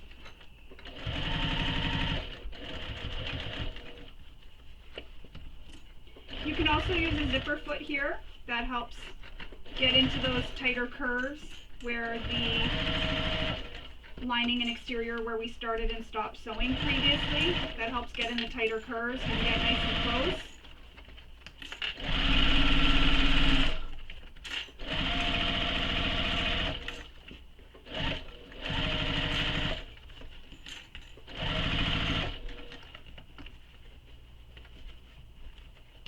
And I'm kind of just flattening as I go.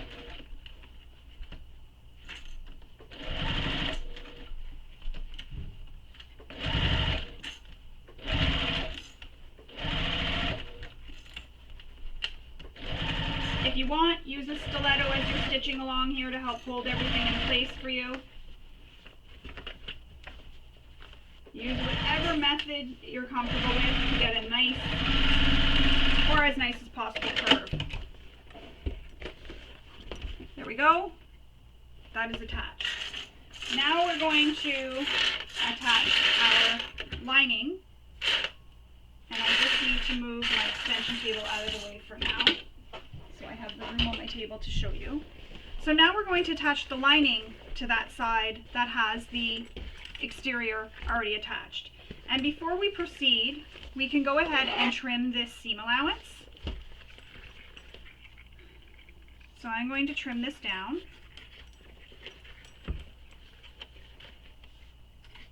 This just helps reduce the bulk. Nice thing about this, as I was saying with the binding, I find this adds a bit of structure too to the seam here, where for the circle of the bag, it kind of gives that little bit of extra structure in there, and kind of like a skeleton as well. Not as much as the binding will, but enough.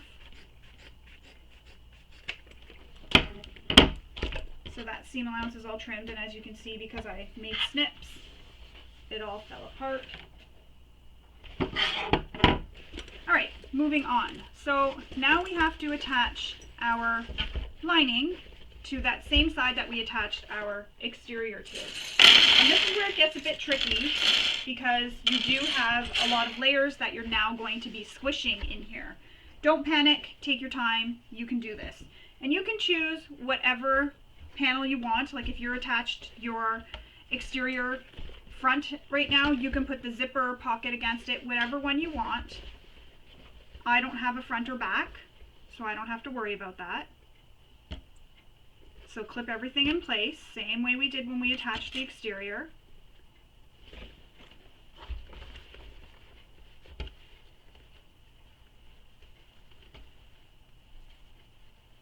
And I gotta remember, it's where I made my snips on some of these. And if you're finding when you get to pinning it, it seems like one side has a little bit too much, just undo your clips and adjust it to make sure that it all lines up nicely.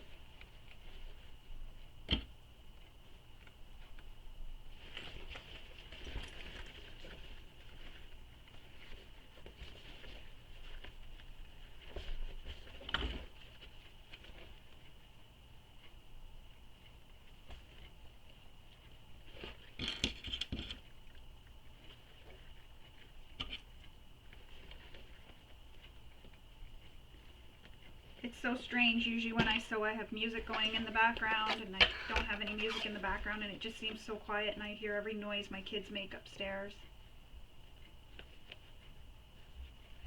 As they are home, they do remote learning, so I hear everything they do, so you may hear them once in a while.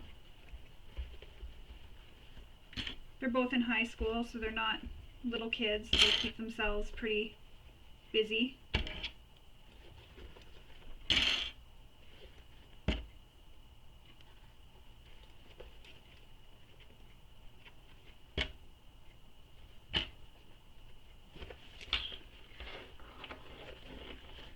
So as you can see, this top panel here, where I'm at the top pinning, I kind of have to push my zipper panel down out of the way to get it to go, so that I can have some room to clip this.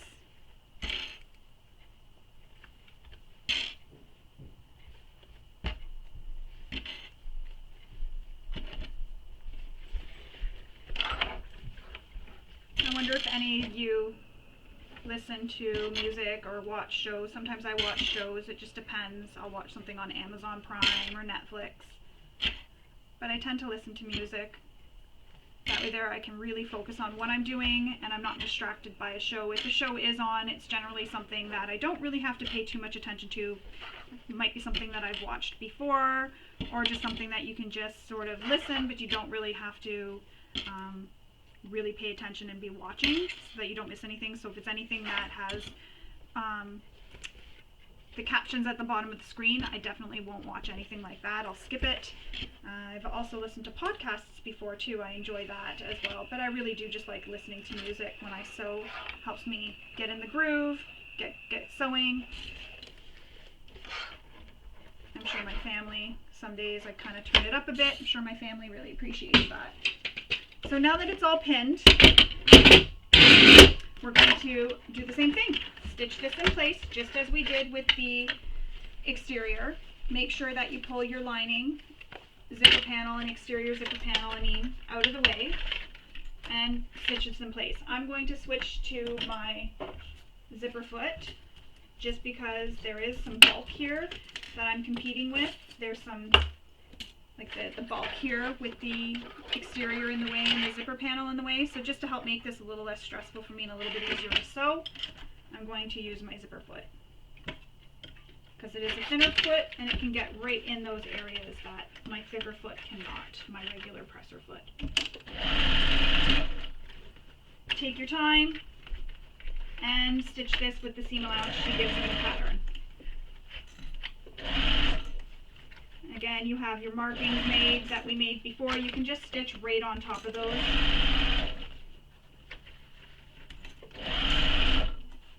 That's the beauty of those markings.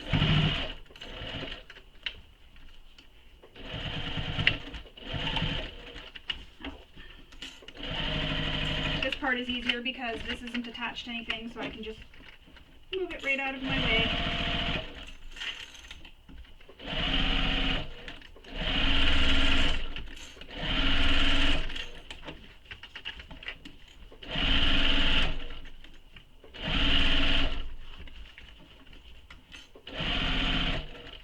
See, we're coming back up to where the bulk is. Oops, I didn't catch that.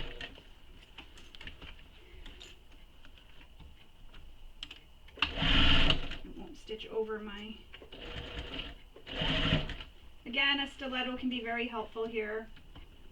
I'm just using my nails, my hands.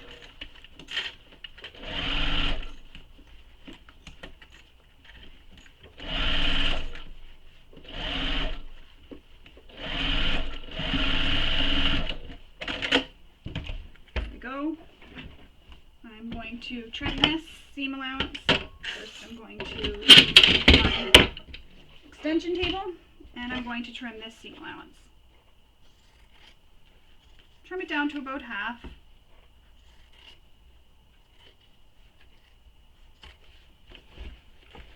Just be careful not to snip anything else. You're only trimming the seam allowance.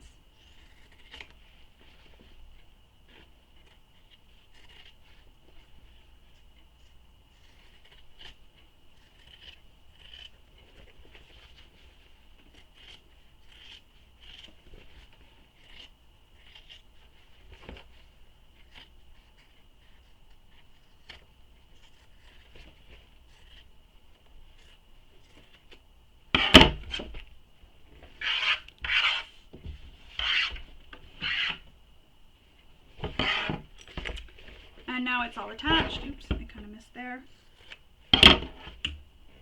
Now my lining is attached. I'm going to turn this so that they are wrong sides together.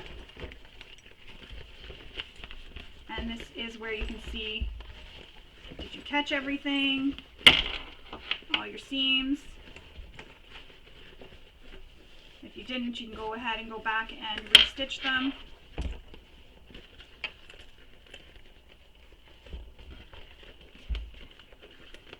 And yep, we are good. So it's starting to look like a circle bag.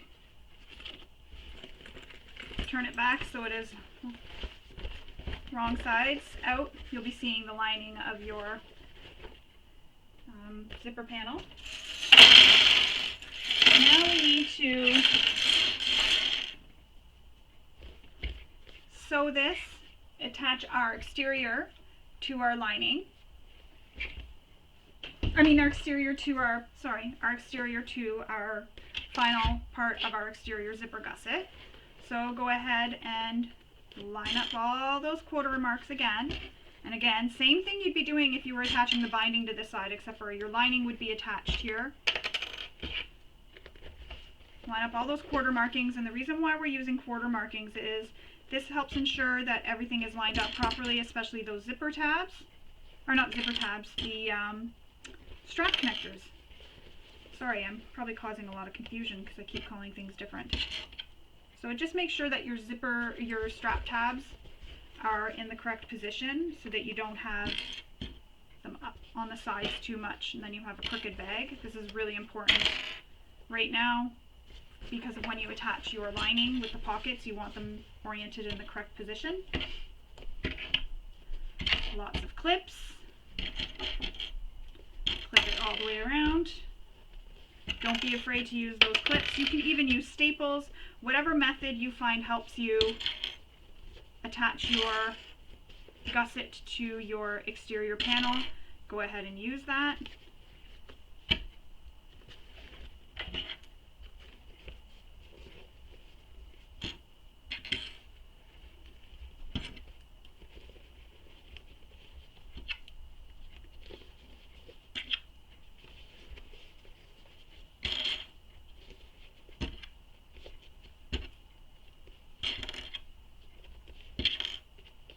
It just fits so perfectly, this gusset, every time. It's brilliant. I love when gussets fit perfectly like this. No fussing or fighting with it. Obviously during testing, these are the things we get ironed out. So you get a beautiful pattern when you go to make it. Perfect. Everything works out beautifully. So that is all pinned. I'm going to do the same thing. I'm going to stitch this, and because I have that seam allowance already marked, I'm going to stitch right on top of that seam allowance. Sorry, I know that's loud. Right on top of that seam allowance.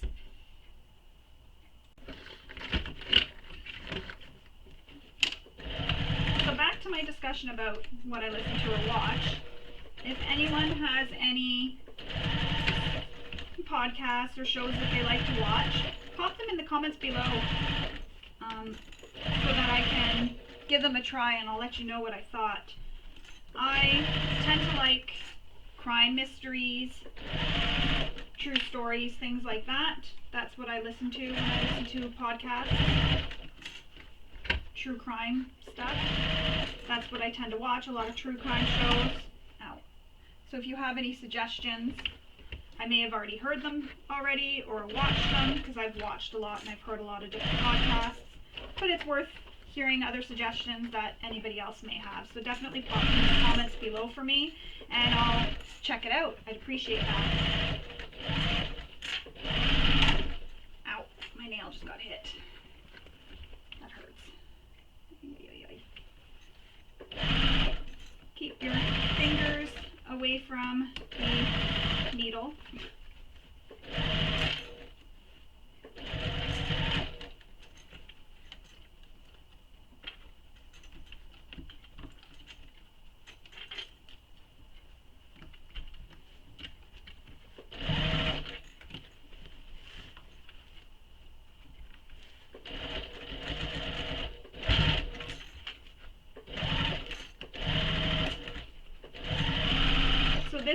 There's quite a bit of bulk when you sew over where the bottom gusset meets the zipper gusset. So back in the beginning of the video, I was talking about cutting the interfacings out of your seam allowance and attaching it so it stays out of your seam allowance.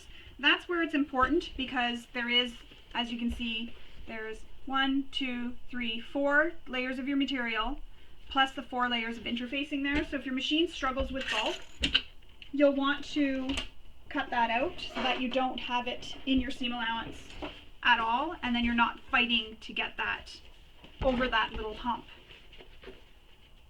You know your machine the best, so use materials and interfacings that you know your machine can handle.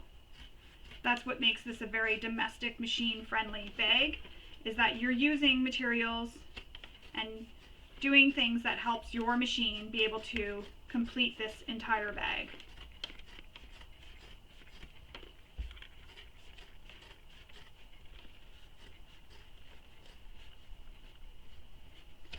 And I tried to use quilting cotton and a bit of vinyl just so you could see how it looks with both. This can be made out of all vinyl, as I showed at the beginning of the video. That bag there is all vinyl. You can make it out of all cork. Any material that you want, you can make this out of. Again, make sure it's materials that your machine can handle. So now that's all done. I've trimmed it. Now we're on to the final piece, which is attaching our final lining panel. We're almost done. It's very exciting. So we're going to again line up all those quarter markings. And for this panel now, we're going to actually leave an opening in the bottom to be able to turn this right sides out through. And there is quite a bit of bulk here, so just take your time getting it squished in. Just squish the layers down.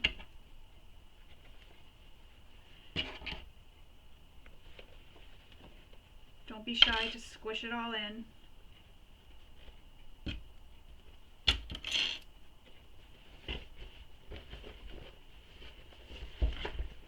that out of the way.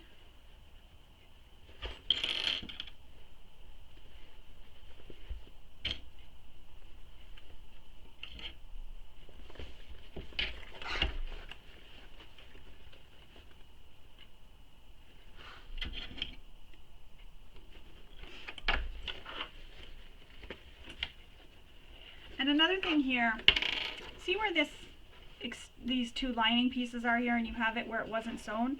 What you could do is go and just do some basting stitches to help hold those together so that they don't shift on you if you're finding that it's sort of slipping when you attach the lining to the lining gusset. That'll help hold those in place for you nicely so they won't slip on you while you're trying to clip it in place.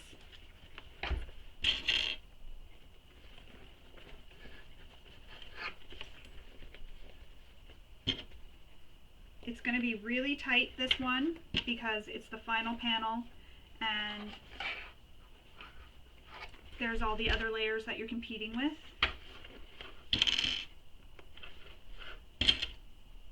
And when I said final panel, the song that came to mind was The Final Countdown, because this really is the final countdown.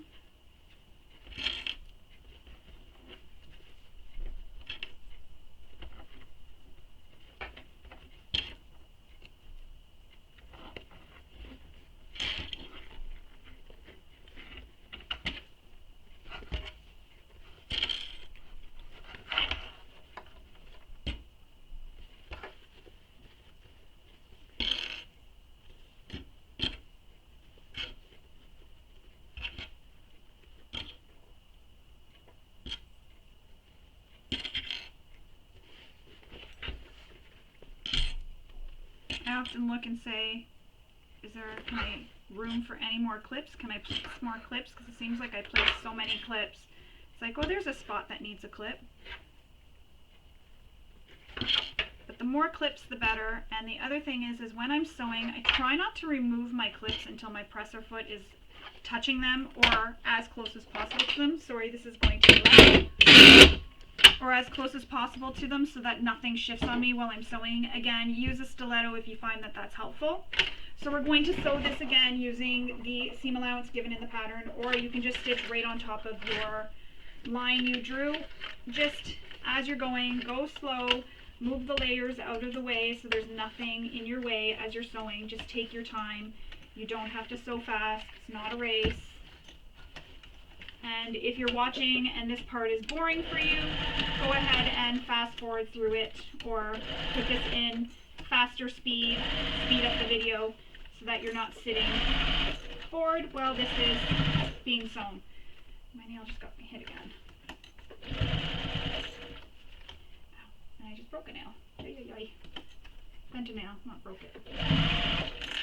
I'm not having any luck today with my nails.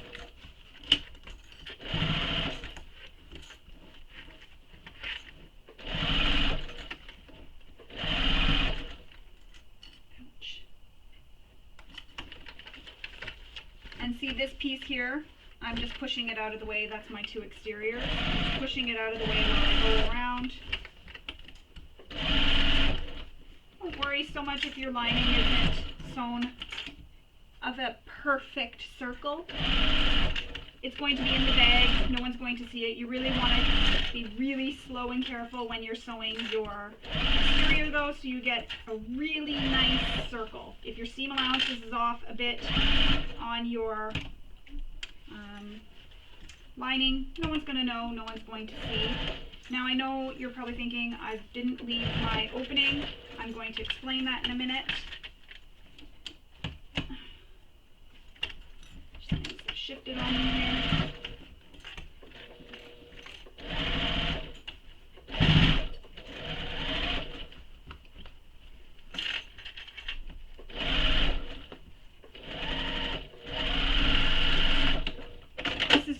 something I do.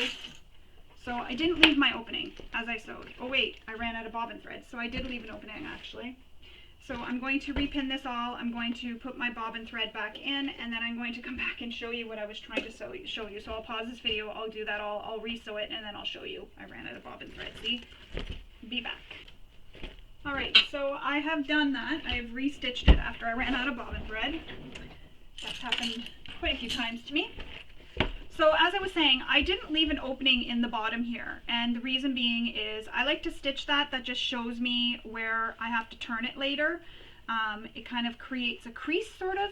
So what I do in order to be able to do that opening again is I go back to where I'm going to start my opening, and I just back stitch. And I back stitch quite a bit, and that just locks in those stitches before I cut there. And then I'm going to do another back stitch quite a few times. And I'm right on top of those stitches I had made previously, and I'm just back stitching right on top of them.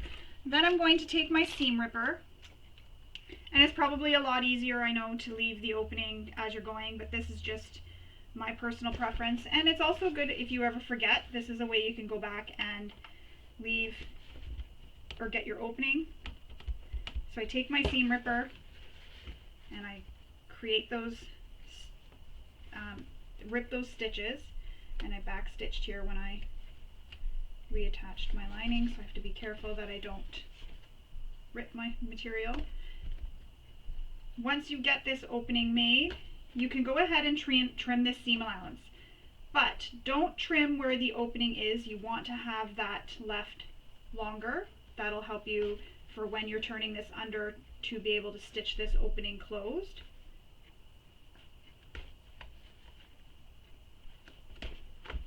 Alright, so now I'm just going to continue ripping until I hit where I back stitched. That would have been a lot faster had I not back stitched here to be able to restart when I lost my bobbin. Pull out all your threads as much as you can, get rid of them because you don't want threads poking through when you turn this right sides out.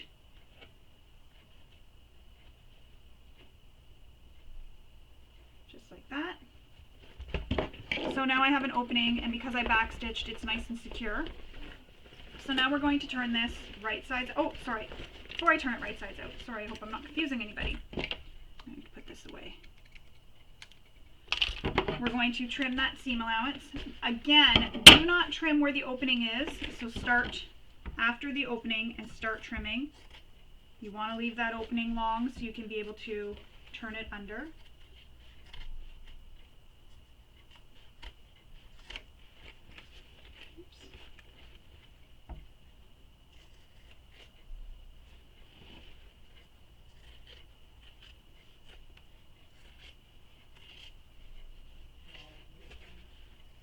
So go all the way around, stopping just before where you left the opening.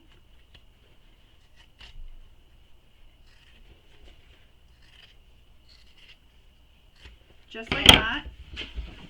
Going all the way around. So see, I left my opening long. I didn't trim where my opening was.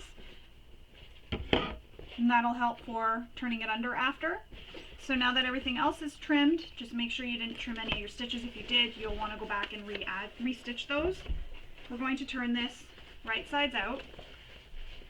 And if you used all vinyl like I did on my previous bag, you may want to leave a bit of a bigger opening. Push, don't pull. Push it through, as you can see I'm doing. The nice thing about number 5 zippers is they're easy to open if you forgot to open it.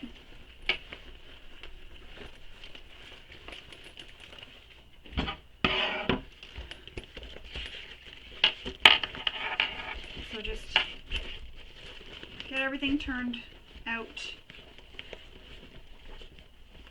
Reach your hand in.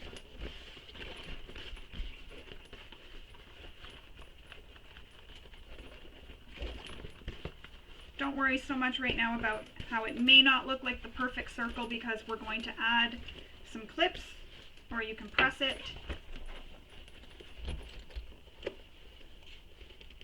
I used vinyl, so I'm going to add clips to it. But just get everything pushed out. Make sure that it's as nice as you want, as you can get it. Just like that.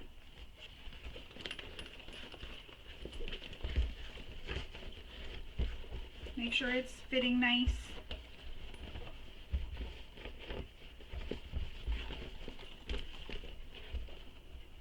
Now is the time to be able to go back and adjust anything if you're not happy with it before you close up that opening. So everything looks great to me. There's my bag so far. I'm going to turn it back so it's right sides out again, so the lining is out. I know I just went and took the time to, you know, press it all out, but that was just to make sure that everything was nice and sewn. And like I said before, because I had stitched previously, I have a stitch line, like a crease, which makes it easy for me to turn these under because I have that mark already on the fabric for where that crease is. Because it's not a straight edge, it's rounded, it's hard to get these nice and perfect. So that's why I like doing this with round bags or round bottoms. It just really helps get a nice finished rounded seam. If it's not perfect, don't worry about it. It's inside the bottom of the bag. No one's ever going to look at it. They're just going to have all their stuff thrown in the bag anyways. You'll never see it. You can also slip stitch this if you prefer over machine stitching. I just machine stitch all my openings closed. I just find them a lot quicker, and I'm not a huge fan of hand sewing. My hands don't like it.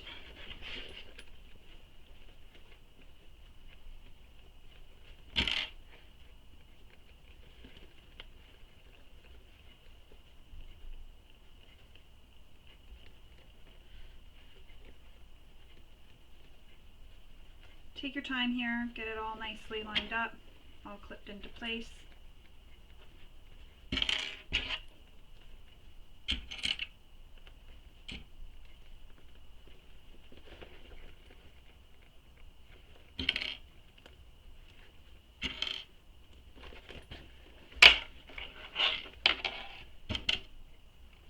There we go. It's all clipped. So now I'm going to put my extension table back and I'm going to stitch this in place.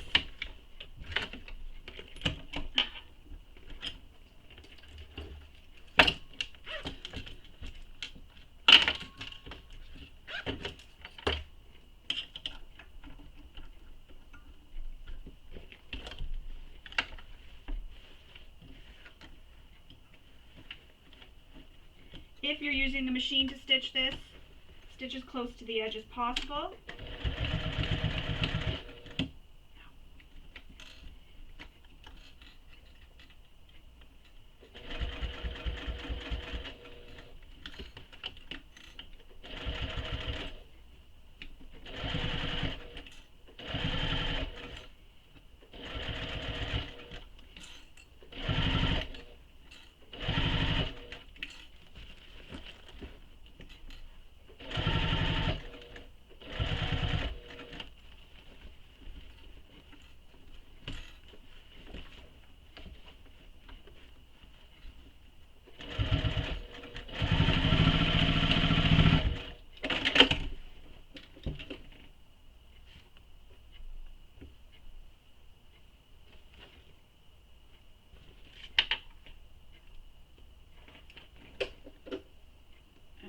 Pulled the stitches before, I can see some loose threads, so I'm just pulling those out now.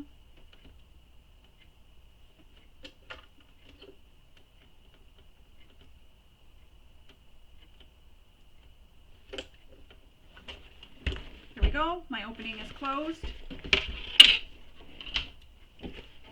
Now I'm going to turn this back so that it is right sides out.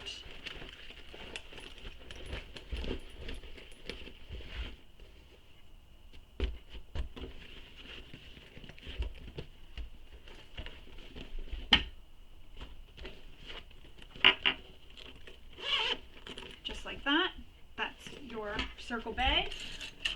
If you have used all quilt cotton, you can go ahead and give this a press. If you've used, like I did on the other bag, material that you cannot press, you can do what I'm about to do, which is use clips all the way around the bag, so just like this.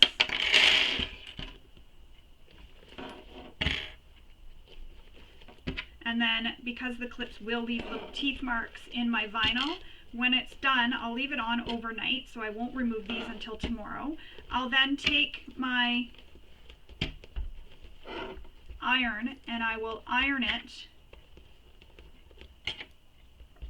my ironing board to get it hot, and then I'll rub this over the area that is hot just to flatten it out and get the teeth marks out of it.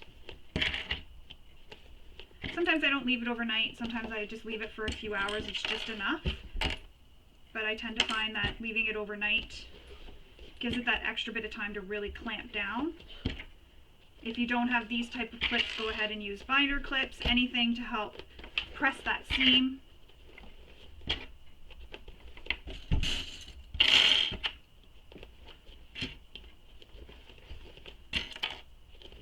It doesn't look pretty right now because you have all the clips on it. And I'll do this to both sides. And then you'll see my finished bag when I post my tester bag.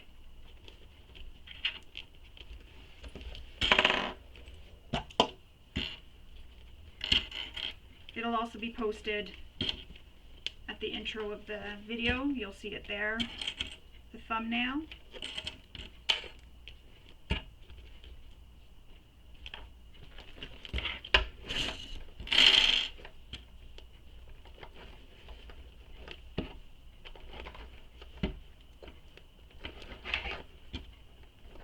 Quite the process for pressing. That's why sometimes it's like I just prefer to use all cotton because I don't have to do this kind of pressing. My hands start to get sore pressing the clips open.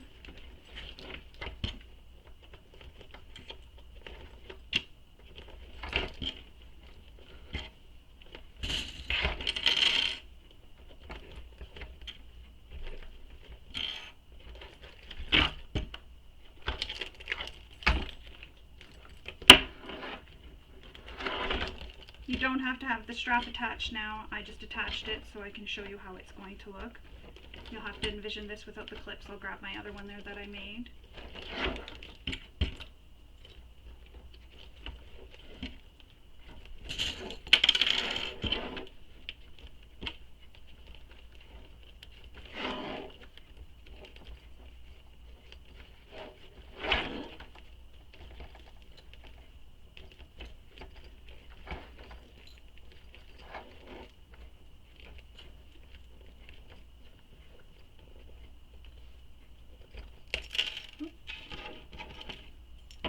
I'm going to need more clips.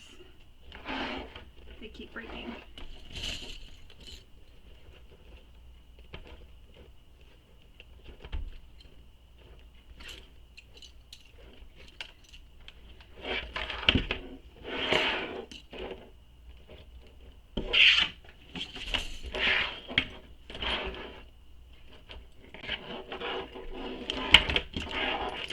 So there is your, it's a Gouda bag, all completed.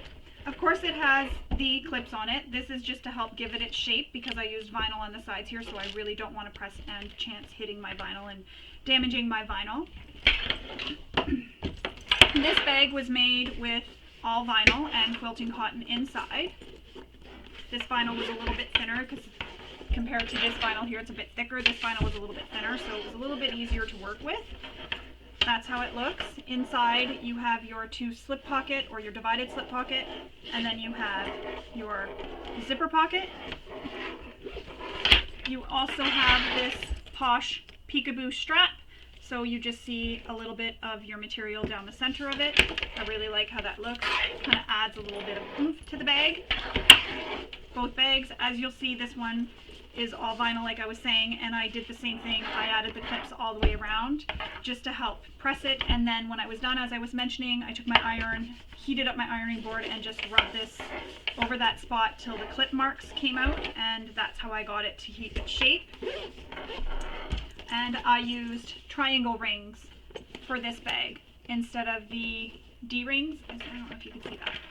There you go. Instead of the D-rings as called for in the pattern, I used triangle rings. So yay, you completed a circle bag. If this was your first time making a circle bag, I hope you didn't find it too challenging and that the video tutorial was helpful. I hope you picked up a few tips and tricks along the way and enjoyed sewing this bag along with me. Don't forget to share your bags in the KMG Bag Makers group on Facebook and also on your other social media platforms, and use the hashtags that are in the bag and tag KMGhandmade as well, so that your bags can easily be found and seen by her, so she can, you know, adore all the bags that you've made. Again, thank you for sewing along with me. I hope you enjoyed this, and I hope you all enjoy the rest of your day. Bye now.